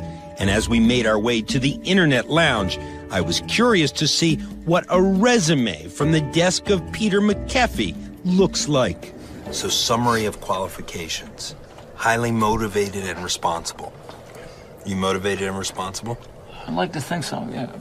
Except when you pass out in the parking lot of the bar. With pizza all over me, yeah. Okay. Yeah. You're familiar with transmission of broadcasts, switching, control of operations of telecommunications systems. What does that mean? I have no idea. Did you copy that off of somebody else's site? It just seemed inquisitive. It seemed what? It seemed inquisitive. What? Or it seemed Inquisitive? Very intellectual. So. Public address announcer, Red Bank Regional High School? Yeah, I did football games for. I'm sorry to laugh. Stop laughing, guys. You're making me laugh. What's that? Sorry. No. So, you were a public address. Come on, man. I know it's hard to believe, but yeah. Sorry. Give me. What the we F, have to John? Sorry, we have to be quiet. WTF? We have to be quiet because we're in a library. But can you just give me a line of what you used to announce? Well, like I said, I did football games. I announced football games. Okay, so what would you say? And 1st and 10 at the 26-yard line. Dude, you spit all over me. Okay, say that again. Say that again. 1st and 10 at the 26. Okay. You know. And how long did you? How long did you have this? So has the ball. How long did you have this gig? 1 season, actually. Okay, 1 season. Yeah. And all right, and then they got rid of you? Yeah. From outdated listings to stretched versions of the truth, it became apparent that this job-seeking redhead's resume needed a serious overhaul. And the final line on your resume: affiliations, Eagle Scout, Boys Scouts of America. That's correct. Boys Scouts? Boys Scouts, yeah. What is Boys Scouts? If Boys Scouts, if you will, not Boy Scouts, Boys Scouts. So. Is this different from what's commonly known as Boy Scouts? Right. This is different. I just added a little S there, just to spice it up a little bit. On purpose, or? No, it was a mistake, but I just... Oh, it was a mistake you're trying to cover up now. That was an oversight on my part. So, why should I hire you? If I had a job open as an employer, why should I hire you based on this resume? I honestly have no clue. No clue at all. A fitting answer, as I, too, had no clue as to what Pete was hoping to accomplish on these publicly shared computers each day. Until I made a startling discovery while perusing his inbox. Yeah, I'm looking in your inbox, and I see Match.com, Ashley Madison, 8-Minute Dating, Date Disabled. Do you try to date disabled women? I've looked into it, yeah, but Do you have a fetish for disabled women? I do not. And your username is Medical Pete, so people might think you're a doctor. True. Medical Pete. Wait. Is this a gay website? You've been invited to meet men NOT players in person? I don't know what that is. I have no idea what that is. That is, Just be honest. Do you... No. That's really news to me. Are you interested in men and women? No, I'm not. I'm not bi. I'm just a reporter. I'm just trying to find out. I'm trying to get an insight. No, so listen. I'll ask again. No. Are you interested in men and women? No, I'm not. Just women? Just women, yeah. But you're salivating a little bit at the thought of men. I would never do that. No. Are you into disabled people? I'm into whatever it takes. Have you had sex with a disabled person? I have not. And so I learned this place where Pete spends so much time each week is an integral part of who he really is. But what I was about to find out would shock me to the core. I have heard on the streets here that you also play the drums. This is true. And I know that a lot of days you'll stop into Monmouth Music and just start playing. That's what this is right now, yes. So take me in, show me what you do. Sure. This is Nick and Ryan from the Monmouth Music. Ryan. What's up, Pete? John Lieberman. How you doing? Hey, Ryan. Good to meet you. How you doing? How are you? Nick, pleasure. So you guys have been here a long time, huh? Yeah, 25 years. Wow. Tell me about this guy, what you know about him, and his music ability. Well, I know he plays drums. I know he's got a cool voice, too. I've seen him get up with Brian Kirk and the Jerks. Oh, yeah. Right? Doing some tunes. Donovan's. Sure, he's one of our regulars here. All right, and you guys have a set that he can bang out a few things on, huh? Sure. All right, let's do it. Let's set it up.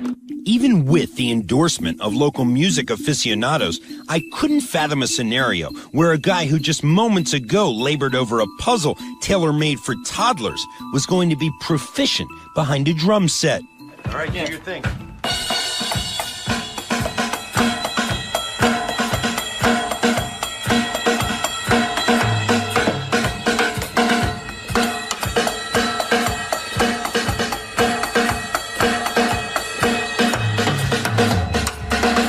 Dave Grohl, he's not, but McKeffy's metronome timing was surprisingly solid. Oh, what happened there? I got caught off for a moment there. You missed a couple of them. Yeah. Feel pretty good, huh? As he continued to passionately pound the kit, I found out that drumming helps spark the most primal of Pete's instincts.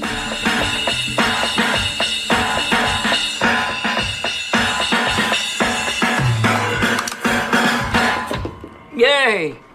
Now, your face looks angry while you're playing the drums. I love to get into it, though. You know? What are you thinking about while you are pounding on these? I'm thinking of having sex. Like that's what I'm thinking about. I'm thinking about extravagant sex. So you're equating beating down on these with sex? Yeah, but not beating down on women. I'm not going there. But it's just I don't know, euphemation. I don't know. A euphemation? Yeah. Does that make any sense? No, it doesn't make any sense. Okay. All right. Although I couldn't quite grasp Pete's sexual connection to drumming, I was now convinced that there was much more to this lovable lifer of the Jersey Shore than meets the eye. And it was in our next stop at the downtown cafe of Red Bank where I met the woman that sets Pete's huge heart afire. We have a cute bartender in here. Top bartender. There's a bartender you like in here? Yeah. You spend a lot of time in here. I do. Because of this bartender. This is the reason why I come in here. All right, let's see what she has to say about you. With a gorgeous face and a personality to match, I knew right away why Pete was so smitten. So I decided to step aside and let the man do his thing. I don't want to interrupt you two. In fact, I think I'm going to step out. You guys chat for a little while. Christine, hey, listen. Yeah. I got a question for you. What's up? Can I come back there and make some drinks with you? You want to make some drinks with me? I'd love to. I don't know. I'd love to. You got to ask Chris that one first. I want to challenge you to a drink-making contest. What do you think? While it was nice to see Pete finally go on the offensive in his perpetual search for Christine's affection, Chris, the restaurant's general manager, offered him some more practical advice. Have a drink. Don't make a drink. Have a drink. Have a drink? Have a drink. All right. After generously providing McKeffy with a tall, frosty brew to soothe his nerves, Chris made sure Pete's nervous, empty stomach was satiated by a delicious plate of sushi. This is the first. I'm eating the chopstick. You're doing pretty good, man. Almost. I'm in such a mess. Well, look at this. Yum. This shit's good. Predictably, the man who was recently discovered with pizza cheese in his hair was struggling with chopsticks. So Pete opted to return to a more familiar Western take on food utensils. Pete doesn't know that we're watching him right now. He thinks we're at a bit of a distance. But he's dropping, as you can see. For every piece he gets on his fork, he drops 2. It's going to take me forever to eat. After he refueled on raw fish, I prompted a reinvigorated Pete to share his musical talents with the bartending beauty. You're just so stunning. Stunningly beautiful. Right? Stunning. I'm going to take my baby down to the shore. I'm going to take my baby down to the shore. And if she wants more, then I don't know. It was good. Yeah. Need a little practice on that. That's good. I give you credit for trying. Yeah. Pete's pursuit of Christine clearly wasn't working, but as I was learning, Pete is anything but a quitter. So I decided to trail him as he tried his luck on a couple of unsuspecting ladies nearby. Who are you? I'm at Pete. You're from the Howard Stern Show. Oh, awesome. Yeah, not from Czech Republic. Seriously, you sound like you're from I am from out there. Russia or something. No, Czech Republic. So what is it you're famous for? I guess you are if people are following you. I'm a radio personality. Oh, wow. Yeah. Really? Yeah. So you have a good voice? Let's see. Talk to me. I have a radio personality. Oh, wow. Sexy, huh? Yeah. Sexy voice, Let's see. Talk to me. I don't know. What else do you want to know? What else do you want to know about me? Do you work during day, night? When is your show? The show's in the morning. Show's at 6 o'clock. So you have to get up early. Yeah, you know. And people listen to you while they're waking up. Driving, working, going to work. Awesome. Whatever, how they do it, you know. What do you do? Like walk around bar and do a little small talk with everybody? Yeah, basically. And then you put it on your show? Yeah. And people call in your show too? And people call in, yeah. I had heard enough of Pete's embellishment of the truth and felt it was time to intervene. If he was going to get anywhere with this attractive foreign female, he needed to refocus. Do you believe that the Howard Stern Show is your own show? No. That's what you told these women. Well, being that they can listen to me as a part of the show. You left out the part of the show part, though. Yeah. I just got too into it because they're so beautiful. I got caught up in the conversation. You get blinded by the beauty. I do. And then you'll say anything. And you'll do anything. I won't. See, beauty is so... I don't know. I could feel Pete's confidence beginning to lose steam, so I knew that I had to give him a beat to help reignite his fiery musical personality. I want to take my lady down to the shore, and if she wants more, then I'll take my lady back to the shore. Yeah. What happens after that? You take her back to the shore, then what? What? Come on, what? Then I get into it a little bit. You know? Get into it? I get into it a little bit. So you're taking her back to the shore, and then what? Pants come off. Pants come off. The pants come off, then what? Dress comes off. The dress comes off, then what? Immediately, I get this big fucking boner. And then what? And then it's like insertion, bro. Insertion. And then what? And then it's like penetration, bro. And then what? Penetration. What? Then what? It's digging deeper, bro. And then what? Deeper and deeper. You're scaring me. Then what? Going all over the place. I have never seen anything like this. Then what? All over the place. I cannot believe how crazy you are. Then what? In and out, in and out, in and out, in and out, in and out, in and out. And then what? I'm backing up a step because you're scaring me. And just like that, McKeffy's glowing spirit had returned. So he rolled up his beer-stained sleeves and got back to work. Are you waiting for me? Of course I am. I want to take you down to the shore. Look, now he's singing. This is like a revival, except now he's touching her. I'll take you back down to the shore. Oh, wow. I think it's the alcohol because he drank the one beer and now he's into it. Very comfortable right here. Awesome. She is absolutely stunningly gorgeous. When I began this journey embedded with medicated Pete, I didn't know what to expect. And now, after a full day together, I'm trying to comprehend exactly what just took place. In fact, I'm still unsure as to what I learned today, except for one thing. Peter McKeffy is an enigma. And while he's known around these parts as a wanderer, a drifter, I'd like to think of him more as a red-headed ambassador who, through a satellite signal that extends infinitely beyond the confines of the central Jersey shore, brings joy and laughter to the masses. He may be eccentric and at times just plain bizarre, but Medicated Pete is a true original, beloved by everyone he meets.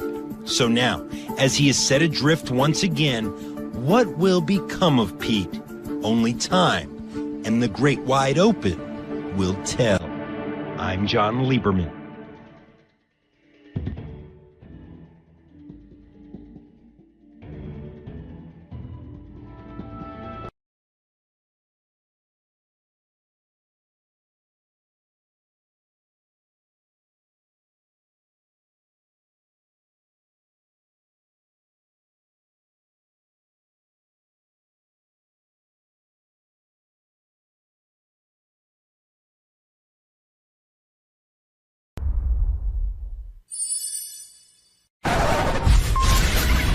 This is a Howard TV original production.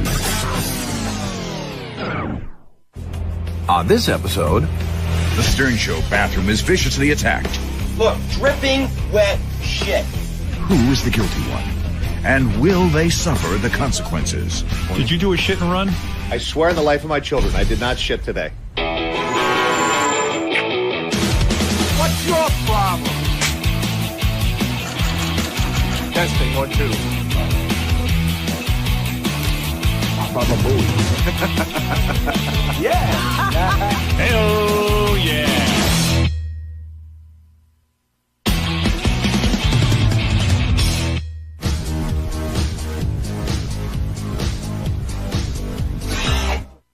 I guess I exposed Shitgate by going into the bathroom. I had to just take off a hat and brush my hair real quickly. And it stunk horribly. When I told people how bad it stunk in there, then people went in and further explored. There's like liquid shit on the floor. See?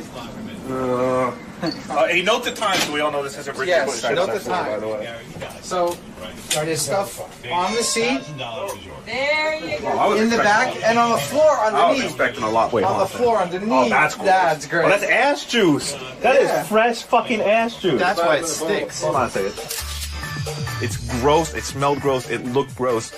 No shit should ever be out of the toilet. Period. End of story. Oh! It's gross. Oh, gross. Hold on. I gotta get. Oh! Ronnie's gonna go do Tracy it. and Ronnie are on it. Tracy and Ronnie are on it right now. It's whoever was. Oh, they're leaking. 1 or 2 before me. That's who it is. So the way the logs work is you have a key card, and the key card opens up the bathroom door.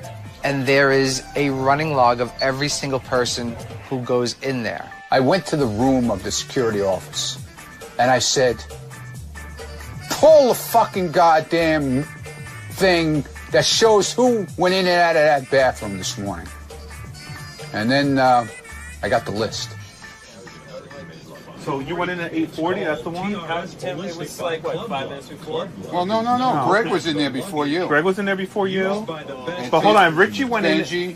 When did Richie go? Richie, here's where Richie discovered it. Benji again was the last one. 9:15. I think. I don't know. No, it was before me. Doug Goodstein is claiming he discovered it. So I'm taking Doug at his word that had to happen before him. Right. That already makes Doug a suspect, but okay. To me, right. But okay, so here were the 3 people, of course, that were in the bathroom before Doug. And then again, if this can come up, if we're going to talk bathroom. Yeah. It's around this time that I start to realize I've been in this bathroom 3 times this morning. I look like probably the most guilty of all the suspects. And I start to hear Gary mentioning my name. Hey, Greg? Yeah. So, are you the one who made the discovery at 8:23? With Richie, we just, but I don't think it happened at No, this was 8:23. like 5 minutes ago. Greg was coming out, and I was going in to take a piss, and then I saw it. Yeah, but Doug was the one who found it. I tried to go in at one point and then quickly turned around because it was so bad in there. But then we didn't see where the actual smell was coming from until later. So, is this the smell or the actual? There's a puddle of Stuff on the juice. floor. Yeah. And in the cracks of the door. Like, It's everywhere. It's everywhere. Am I gonna? And it's wet. It's fresh. It's not like. But I would take a lie detector that it wasn't. Like that's how. All right, put up a note. Put up a note. Steve? Yeah. Put up a note. We think somebody shit on the floor in the bathroom. Oh, no, I would probably just... By the way, just to change to a happier topic, we think someone shit on the floor of the bathroom. What? What? Yeah, and What are you talking about? we have a little private bathroom that we use for guests, and I've given permission for the staff to use it. Someone has done the ultimate foul. Look, this shit on the floor. How could they miss that? And look badly? at the bowl, Robin. If you can see that, not only did they shit on the floor, pan up. They shit all over the bowl. Oh my God! How do you do that? It was like was it the St. Valentine's Day Massacre or something like that? Except it was one man with one anus and just a whole pile of shit. It's on the wall. No. The shit is. Look at Robin. Look at that. He's exploding. Look at it. It's all shit underneath. Oh, man. God. They're gonna have to take You that lift apart. up the toilet seat and there's like shit stains. It's everywhere. It's like liquid ass all over there. Oh, gee. Once Howard got word of what was going on, it became very chaotic. We had to find the culprit. We had to find the mad shitter. Doug Goodstein discovered it, and Doug was in there at 8:40. Go ahead. Before him, Greg, who works on our TV show, was in there a few minutes before that. So Greg was in there at 8:23. The person in there at 8:17, because how long can a smell last, was Tim Sabian. Oh, boy. Oh, boy. John, you're the new guy. Go grab an interview with Tim. Yeah. We'll talk about it. And this is always Tim whenever we have an accident? There's been inklings of shit on the back of the seat, kind of, and it's always been after Tim has been in there, and he drinks that fucking juice shit, and everybody's saying it looks the color of the juice that he was drinking. Where's Tim? I need an explanation. He was here in the building somewhere, but we couldn't find him for a long time. I didn't know where he was. It's not like he has a bat cave that, like, I know where he is, but no one else knows. If people don't know where he is, I probably don't either, if he really hides, which I think he did that day. Did anybody call him on a cell phone? Yeah, I didn't call a cell. I just called his cell phone. Hold on. Where? Go ahead. Right here. All right, I didn't shit. It's going in. All right. No, I didn't shit. Did you do a shit and run? No, I didn't shit today. Swear on the life of your children. I swear on the life of my children, I did not shit today. And the more someone doesn't come forward, the more this became intriguing and interesting and fun for Howard to play with. Would you take a lie detector? We don't need a lie detector. We have DNA. We have DNA. Oh, my Do DNA God. then. Would you do a DNA test? Do DNA then. I did not shit, I swear to God. Once they start talking about it and they latch onto it, this is like, it's the epicenter of ball busting. They're not going to let that go. That's a fresh piece of meat. This is what Howard lives for. So I knew that wasn't going away. It's unthinkable, it's unimaginable, it's unfathomable that this guy went to the bathroom, shit everywhere, shit flying all over the place, and left the bathroom and thought there wouldn't be fallout from it. It's insane. Gary, I know this is gross. I want that shit scraped for DNA, and we're going to test the 5 people who were around the bathroom.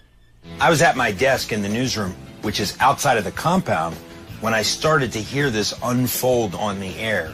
And I knew immediately this was going to be a big story for us. Lieberman said he'll do it. Oh, yeah, you know what? Make Lieberman do it. He's the newest guy here. Yeah, get some gloves. Yeah. Let's get a plastic bag. Lieberman's a newsman. You want to be a newsman? We have to make Then sure, do it. You got to go where the dirt is. Gary, I can't hear what's going on. What are you and Lieberman talking about? No, I'm being serious. Gary, put your mic Gary's on. not listening. There's 50 fucking people yelling at me. I missed the Lieberman conversation. John Lieberman just said that he would go in and swab it. With a Q, yeah, I will do it with a Q-tip. Right. But that area is being compromised, so I got to get to it right now. Get to it now. Right, before it's contaminated, as they say. Do you have a Q-tip? Yeah, sure, I carry them all the time. Where's there a Q-tip? And the next thing I know, I have plastic gloves on my hand, I have Q-tips, and I have baggies, and I'm gathering feces samples from the Stern Show bathroom. Be careful, no contamination of the scene. What is this? Oh, what is it? What? NCAA. No. Hold on. Somebody, look, look. Somebody tried to turn off the light when they left. Okay, hold on. Oh, this is important. And you have it here and behind. Oh. I'll tell you to just drop the mic right on the tree. Okay, this should be labeled floor to the left of the toilet. I spent 7 years at America's Most Wanted, and I've spent a lot of time at crime scenes. So I knew that this scene had to be handled meticulously, and it had to be taken seriously, and we had to get as many samples as we could. Floor to the left of the toilet. I do have to say, Lieberman was pretty professional. He seemed to, it certainly looked like he knew what he was doing. Ew! Oh my God. Is that rust? Is that rust? No, that's fresh. Oh, my God. Oh, my God. Oh. Somebody better fucking come here. That is shit. Look, dripping wet shit. I've just never seen anything like it. There has to be an explanation. God. Holy shit. All right, this is even worse than I thought. John, I'm about to throw up. This one that you handed me, that was railing? Railing, and this is railing number 2. There's actually pieces of shit on the handicap railing. Tracy, the office manager, who likes things very clean, came to check up on the status of the shit on the walls. Is that really fucking shit all over the floor? Over there? Yes. Okay, thank you. And you're nice. Wow. When you go in there at 8 o'clock in the morning and you shit all over the wall, there's something psychologically missing to think that that's okay to do it and then leave and just not think about it again. Then we start calling DNA experts, and we're getting a variety of different answers. They ended up getting in contact with a DNA center here in New York City. So, okay, standard labs don't do fecal matter DNA tests, and DNA, while it can be found in fecal matter, isn't always found in fecal. Okay, that's where we're at right now. At that point, I began questioning suspects. We had Tim professing his innocence loudly and first in studio. From there, we went and questioned everybody else who had buzzed into that bathroom over that 3-hour period. That included Howard TV cameraman Greg Carmel. So at 8:23, when you smell it, you don't look, you don't examine what's there. I just figured someone had taken a really smelly dump in. So you didn't even see anything at 8:23. No. But I really you smelled it. And then obviously it was behind and underneath, and I didn't even. I don't remember if the toilet seat was up or down or not, but it was so pungent and it smelled so fresh that I couldn't stand to be in there, even just to pee. Another suspect was Ronnie Mund. He had been in that bathroom that morning. I was in there at 7 o'clock. And it was It fine. was clean. Okay. That's what we need to know. I'm telling you, it was clean. Sal was a suspect because we already knew he had some digestive problems. I think it may have been Sal. No, I can't go in. Oh my God. Crime scene. You don't want to indict yourself. You don't want to be implicated in that. We're going to find all this stuff of Sal's in there. Let's go get Sal's DNA from that shit. Benji Bronk was a suspect as well because Benji also had been in that bathroom. Benji. Yeah. Did you make a number 2 in there today? No. Really? Seriously? No, I swear. Doesn't it say? Swear on the life of your girlfriend. I don't like doing that. Okay, he did it. He did it. All right, fine. You say I don't like doing it. All right, Gary. Check the DNA. Check the DNA. Another suspect was J.D. Harmeyer. J.D. actually said on the wrap-up show that he was 99% sure it wasn't him. I did use the bathroom in the number 2 capacity early, actually, Sunday night, because I got here early. I am 99.9% sure it's not me. And well, I How can you not be 100% sure? Because that's like the 0.01% of guilt that stands in my mind constantly. 100%. I respect your honesty in coming forward like this. I think you're in the clear. We ended the day not knowing who shit on the floor. I mean, we ended the day knowing that we were going to probably send the shit out to get DNA sampled. We ended the day knowing that the 2 main culprits were Greg Carmel and Tim Sabian. You used to see the DNA on my desk right now. It's ridiculous. Everything's labeled and baggies. That's real reporting. Real reporting. Now you boys are finally in them. I bet you it's going to be Sal. It will be. I don't even know what you're talking about. The DNA. Uh-oh. No. Uh-oh, Wolf. I can't believe this. Uh-oh. Yesterday on the show, as you know, Robin, there was duty found all over the toilet seat, all over the floor and walls. I am so pissed off that I have to find the culprit who doesn't know how to shit around Nobody here. will step up. We've got to uncover them. Can I go in there, Gary? Yes. To say what? I want to talk about the railing and to talk about the time frame. I went in studio and I started to describe what I found and the evidence I had gathered. This was an explosion unlike any I've ever seen, and this was a terrorist act. It was on the left wall, the right wall, It's impossible. and then dripping from I don't think I the could railing. shit like that if I tried. It's still kind of like unless you stood up. They cleaned I'm it an up. ape.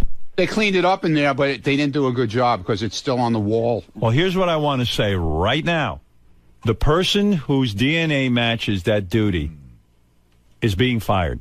If you're making me go pay for this, and you're making me do all of this, and you're not confessing, then there's going to be repercussions. I will find that person and hunt them down. We finally got word from several DNA experts that it was impossible, that through what we had, it would be impossible to find out who did this. Howard knew as well that the DNA testing might not come back accurate, but he played it off brilliantly. Come forward now, admit what you did, and let's be done with it. How does it feel to be a suspect I in don't care, Shitgate? dude. I told you. Take my DNA right now. Stick the thing up my ass, whatever you want to do. I feel like I'm affiliated with criminals. Because to shit on the wall like that and to abuse a common bathroom is criminal. We ran a number of stories, including interviews with all of the main suspects. Tim from the get-go was defiant. Tim. Yes. Yes. What does it feel like to be a suspect in Shitgate? Hey, go fuck yourself in your shit gig, all right? I think Tim thought I knew more because we're so close to the bathroom with the control room. Maybe he thought I saw him and went in there like the split second after.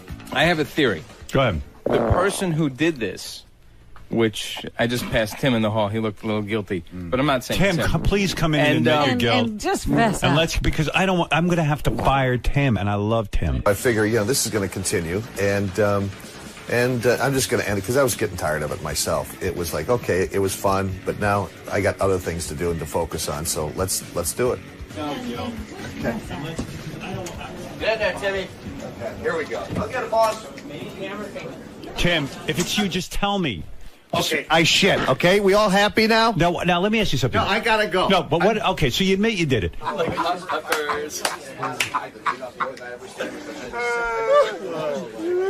What happened? Were you sick? Yeah, I was sick. You were, really? Yeah, I was sick, really sick. I'm not kidding. I come to work sick. Doesn't matter how sick, whatever. That's it. I swear to God, I thought I was going to pass out. I don't know what the hell happened, but there's got to be some weird ritual he does when he shits, because any normal person, I don't care how violent you have diarrhea, you would shit into a bowl. I mean, it's disgusting. I didn't notice. I didn't care. I did what I had to do. When a man is sick, a man is sick. And I, my friends, was sick. How do you spray out like that? I've never done that. I was really sick, and I thought I cleaned it, but I was really sick. All Tim wanted to do was say, I did it and get out of there. And I took it upon myself, rightly or wrongly, to begin asking more questions when Tim was in the studio. How did you get it on the railings above the toilet? No, I didn't even. Who knew? I thought it just took a shit. Did you use paper towels? How did you clean it up? Paper towels. Paper towels. And where did you put them? Where did you dispose of them? Put them in the toilet. We're just going to need you to sign a statement when you go out there. Just blow me, all right? Fuck John Lieberman. Fuck him. I had Mexican food the day before, and it was like I was sick. I must have had food poisoning for like, I don't even know. I was sicker than a dog. There's so many questions. And this whole idea that he ate Mexican food, I don't care what food. There's no food on the planet that could shoot rocket fuel out of your ass like what happened to him. And so it sprayed out of your ass onto the walls how? I have no idea. Do you stand when you shit? No. Were you in mid-squat? I was like running in there. You were getting your pants down? Yeah, running in. It was like I thought I was going to either throw up or, Wow. It was just involuntary reaction. I mean, it was just, run in, do what I had to do, and run out. When he comes in the next day and admits that he was a big fat liar, yeah, you lose a little respect there. I swear on the life of my children, I did not shit today. Maybe he has another family of kids like Arnold Schwarzenegger, and he really just doesn't care about those kids. He's like, and he doesn't care if they drop dead. You probably don't want to swear on anyone's life if you know you're really lying hard through your teeth, especially your kids. I swore on my kids I didn't shit. I didn't shit in the bathroom. That was an explosion. There's a big difference. Big difference. That's getting sick. That's a big difference. Let's define that. So, I love my kids, right? You got your man. When you put pressure on a suspect, they tend to crack. And in this case, the pressure was building. And what's more pressure than Howard Stern saying he's going to fire you if you don't come clean? That was his genius. I was just here to assist. Okay, we all happy now? All right. All right. Thank you. Goodbye. Oh, gross. Jesus. I'm looking at his ass right now. Like, what came out of there? The exploding ass. Hey, Jason. I don't know if I want to take a... Oh, dude, what are you doing? Are you washed? Yeah, we're washed already. I'm afraid to go to the bathroom. Tim. All right. The truth came out. I got to go back to work. The truth came out, Tim. One of the toughest aspects of working here is the fact that when you screw up or when you're on the hot seat, you have cameras in your face, you have news reporters shoving microphones in your face. It never goes away. I got to go back to work, all right? Is everybody happy? Was it the threat of a firing that caused you to relinquish the truth? No, firing would be too good. Tim, What? were you All right, I'm smoked done. out of your hole? Were you No, I smoked wasn't. out of your hole? No, I can care How are you feeling today? Good. I feel good today. Thank you. Yeah, I spoke to a stomach doctor. He said the person may have had an infection. Seriously, that's enough. With Tim, I started to see the frustration mounting. Tim, let me just ask you one quick question. Seriously. No, I'm done with it. Yep, kill it. It's done. All right? But you know what? It's no accident when that guy left. Stop it. Seriously.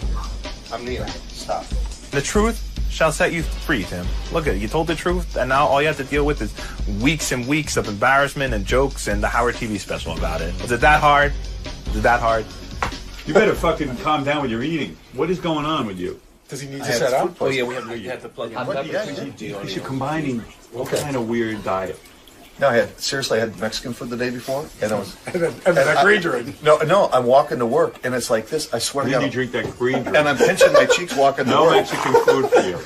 Tim, we don't have time for your shitting. We're taking up an hour and a half. Oh, shit. No, 2 hours. 2 hours. And plus the wrap-up show. That's 3. Well, maybe you should go shit again. I got Can my we new drop Howard it now? costume now. Because, you know what? The thing is, it's not so much the show, it's the aftermath. No, it's the aftermath. Yeah. How could you, as an executive... You're setting an example for the rest of us, sir. As an executive, how could you... Really? Well, executives don't shit. I forgot. Tim shit is like, at first you can't stop thinking about it. And there are days that go by, you forget Tim shit all over the walls. But then there are days that you just can't get it out of your mind. So it'll always be there lurking somewhere in the background. Dude, you're going to be like the petcock now. You know that, right? You're the petcock. All right. You're never going to live that down. Petcock. Hey, everybody shits. Everybody poops. That's right. Didn't those cookies used to be white?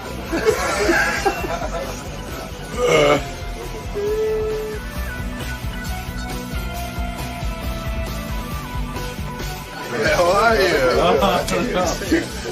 The culprit? Are you the culprit? Oh, there he is. Crapgate. The burp walk. As the director, and producer, and writer of the Take Me Back tape, and as the person who threw out the first pitch for the Mets, no, you'll never live this down. You know, in 10 years, I'll go, oh, but a fucking first pitch. But so 10 years, Tim will go, I'm now the president of Sirius Satellite Radio. And I'm like, don't shit on the toilet. Tim should be proud because I've heard many people refer to an explosive shit or stomach ache or diarrhea as, I have to go Sabian. I don't know of anything humanly that can make that happen. I've never seen anything like it, and I hope I never see anything like it again. Did he lay on the floor and just explode like a volcano? Like, how did this happen? And I don't know. I have no idea. How did you shit that violently? How did it get all over the place? I mean, where was he? Was he standing? Was he sitting? Did he... I don't know. I mean, I don't know how... It's still shitgate. I don't understand it. I'll do it in slow-mo so you can watch everything up close and personal. Here we go. Card against the door. The door opens. The door swings open. Tim bursts into action, hits the door handle, turns around, and vavoom! There you go. Hi, I'm Dr. Billy Goldberg. I'm a host of Dr. Radio on Sirius XM 81, also an ER doctor. Stressed people get stressful intestinal things. When people have diarrhea, they describe this crampy, sharp pain. And it's usually from gas in the intestines and the intestines kind of squeezing a lot. And that's when you feel this urge to go. Tim was struggling with all these metabolic changes in his body.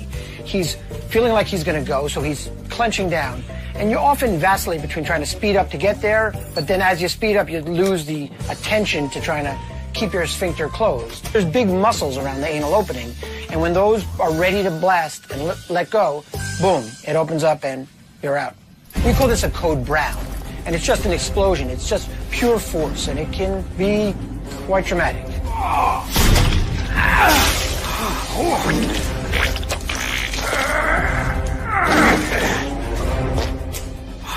My best guess is that he had some sort of viral illness. It was probably complicated by some other factors, but it's not unusual to feel ill for hours to days after that, and that's probably what was going on in Tim. And your body naturally clears these things, and it just took him some time to get better. This is our reenactment of your shitting horribly in the bathroom. You ready? Well, whether this reenactment is real or not is to be determined. It's pretty real. So, okay, good. Okay, ready? I have a much nicer ass than that. Oh my God.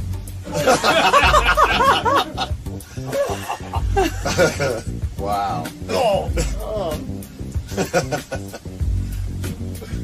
Oh, great. Sure, okay. You know, we missed the part of him cleaning the walls up and stuff. Oh, he didn't clean the walls. Thanks for putting a complete halt to my career. Nobody shake Tim's hands because it doesn't wash his hands. Oh. I wash my hands in my clothes. You just wipe them on your pants. Wipe your hands on your pants. And my suits fit better than that, so that's... and I make sure that my... Yeah, exactly. That's class. Just remember, revenge is a bitch. Revenge is a bitch. But wait, the one thing I gotta know, you weren't sitting on the toilet. You know, it doesn't even... This is... And then my assistant's here. No, So it's like, I'll leave. I'll leave, and then I'll tell so you. embarrassing. I'm gonna go. This is so fucking embarrassing. You definitely were not humiliated sitting me. on the toilet. You just want to bring me down. You just want to tear me down. Diarrhea. It's not funny. It's not fun. But it happens to the best of us.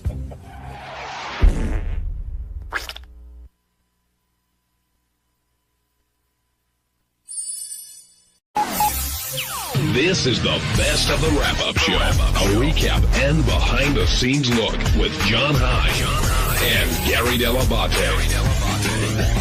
The best of the wrap-up show begins now. On Monday's wrap-up show, we had comedian Tom Cotter from America's Got Talent come in, and his wife Carrie stopped by, and they talked about how on the show that day, they might have told the world too much about their sex life. Here's how it went.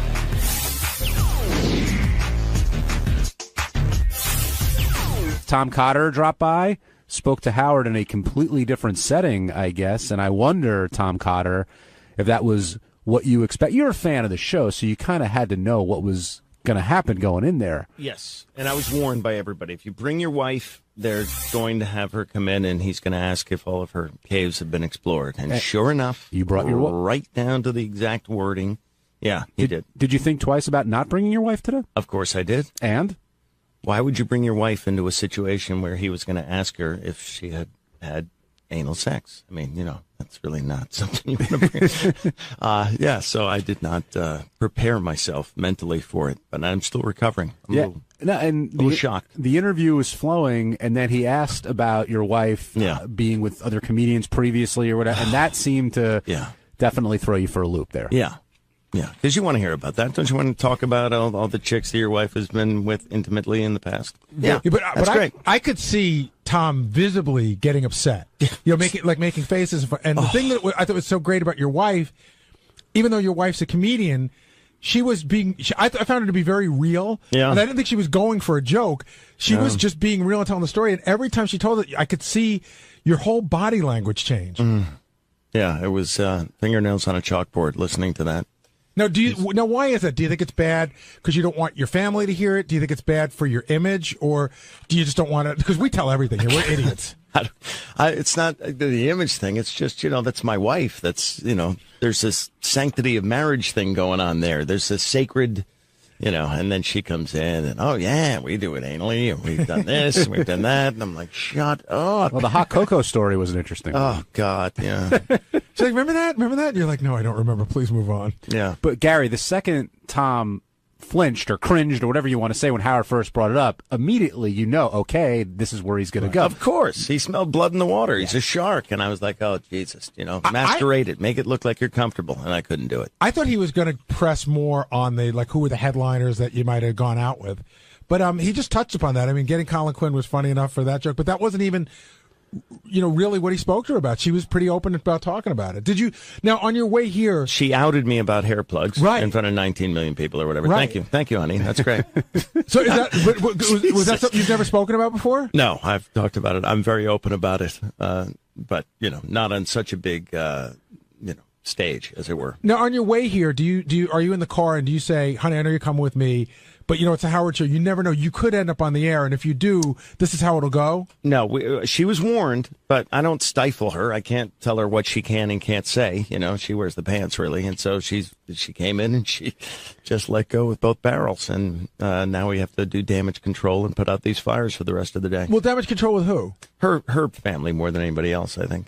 Her brother already tweeted us. You know, he's not happy. Because you tell people you're doing the show, you want everyone to tune in and see how it's going to go. Yeah, tune in. I'll be the joke boy. It'll be little dancing monkey, and then all of a sudden, your sister takes it in the ass. Really? No, that's great. See, here's the I thing. just saw them at Thanksgiving too. You know, we just held hands and prayed and did all that shit, and now. Hot cocoa blowjobs. See, I have a theory on this. Like, my brother-in-law is an enormous fan of the show. He listens every day. He listens to every show on the channel. Mm-hmm. And I talk about a lot of stuff involving his sister, and he just doesn't bring it up to me. I think it's like your brother-in-law shouldn't bring it up to you. Yeah. Well, the other thing is my son's in a Catholic school. He's at St. Gregory's School, and now we're worried that, you know, we're going to get called in and one of the nuns is going to read us the riot act, or they're going to expel him because of this. So, yeah, there's some damage. Yeah, but, you know, his mommy and daddy had potty mouths on television or radio or whatever. So it's oh, God. I can't even imagine the phone calls and emails I'm going to get the rest of the day. John, do you see how uncomfortable he is? Yes. Yeah. I feel for him. I know. I mean, we've all been there. Yeah. A little bit different Howard than the AGT Howard? No, he was actually pretty much the same. I love that guy. I mean, he really helped my career dramatically this year, and so he could have said anything and it wouldn't have bummed me out. It's just, you know, the wife's loose lips that was more concerning than anything else, but that's all right. Tom, you said you weren't going to do the show as long as Piers was a judge, correct? That's true.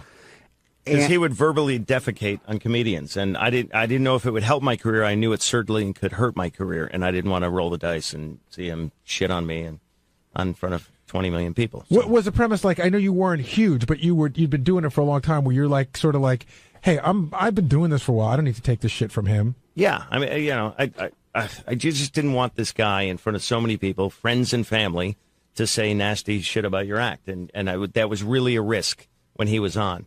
And also when Howard was on, we didn't know what kind of judge Howard would be, and we knew he wasn't going to pull any punches. But I also knew that he was a fan of good comics. Greg Fitzsimmons, dear friend of mine. You know, the people that Howard likes, I like. So I just figured I was kind of in that wheelhouse, and so I said, if I'm going to do it, this is the year to do it. And I stepped in unicorn shit, and life is good. How tough of a decision is it, though, to decide to do a show like this? Like, do certain comedians think, oh, you're a sellout, what are you doing that for? And how do you handle that on the circuit? They used to. You know, there were a couple of comics that did cruise ships, and they were called boat acts, and everyone crapped all over them. And then they realized how much the cruises paid. Everyone wanted to do it. Well, that's the same this year with America's Got Talent. You know, in years past, comics didn't do well. This year, 2 comics made it to the semifinals, and one of them, you know, was the runner-up. That's never happened. So now this year, the producers have already told me, because they came to our show in Vegas, they said that, you know, by tenfold at least, they have so many more comedians going out for it this year. And that's in large part due to Howard's arrival. Jay in Georgia, you're on the wrap-up show. Hey, how y'all doing? I just wanted to ask Tom. First off, Tom, I think you did great on AGT. I loved you, and I told, you know, friends and family, I said, you keep an eye on this guy. He's going to be the next up-and-coming big-time comedian you're going to hear a lot about. But I'm very familiar with your wife's comedy because I hear her all the time on Blue Collar Comedy Channel. And she talks about everything from dildos to coming. And so why does the Conversation Today's show upset you or your family or whatever? Her comedy is not clean comedy. I mean, it's not filthy comedy, but I mean, she talks about a lot on stage. She does?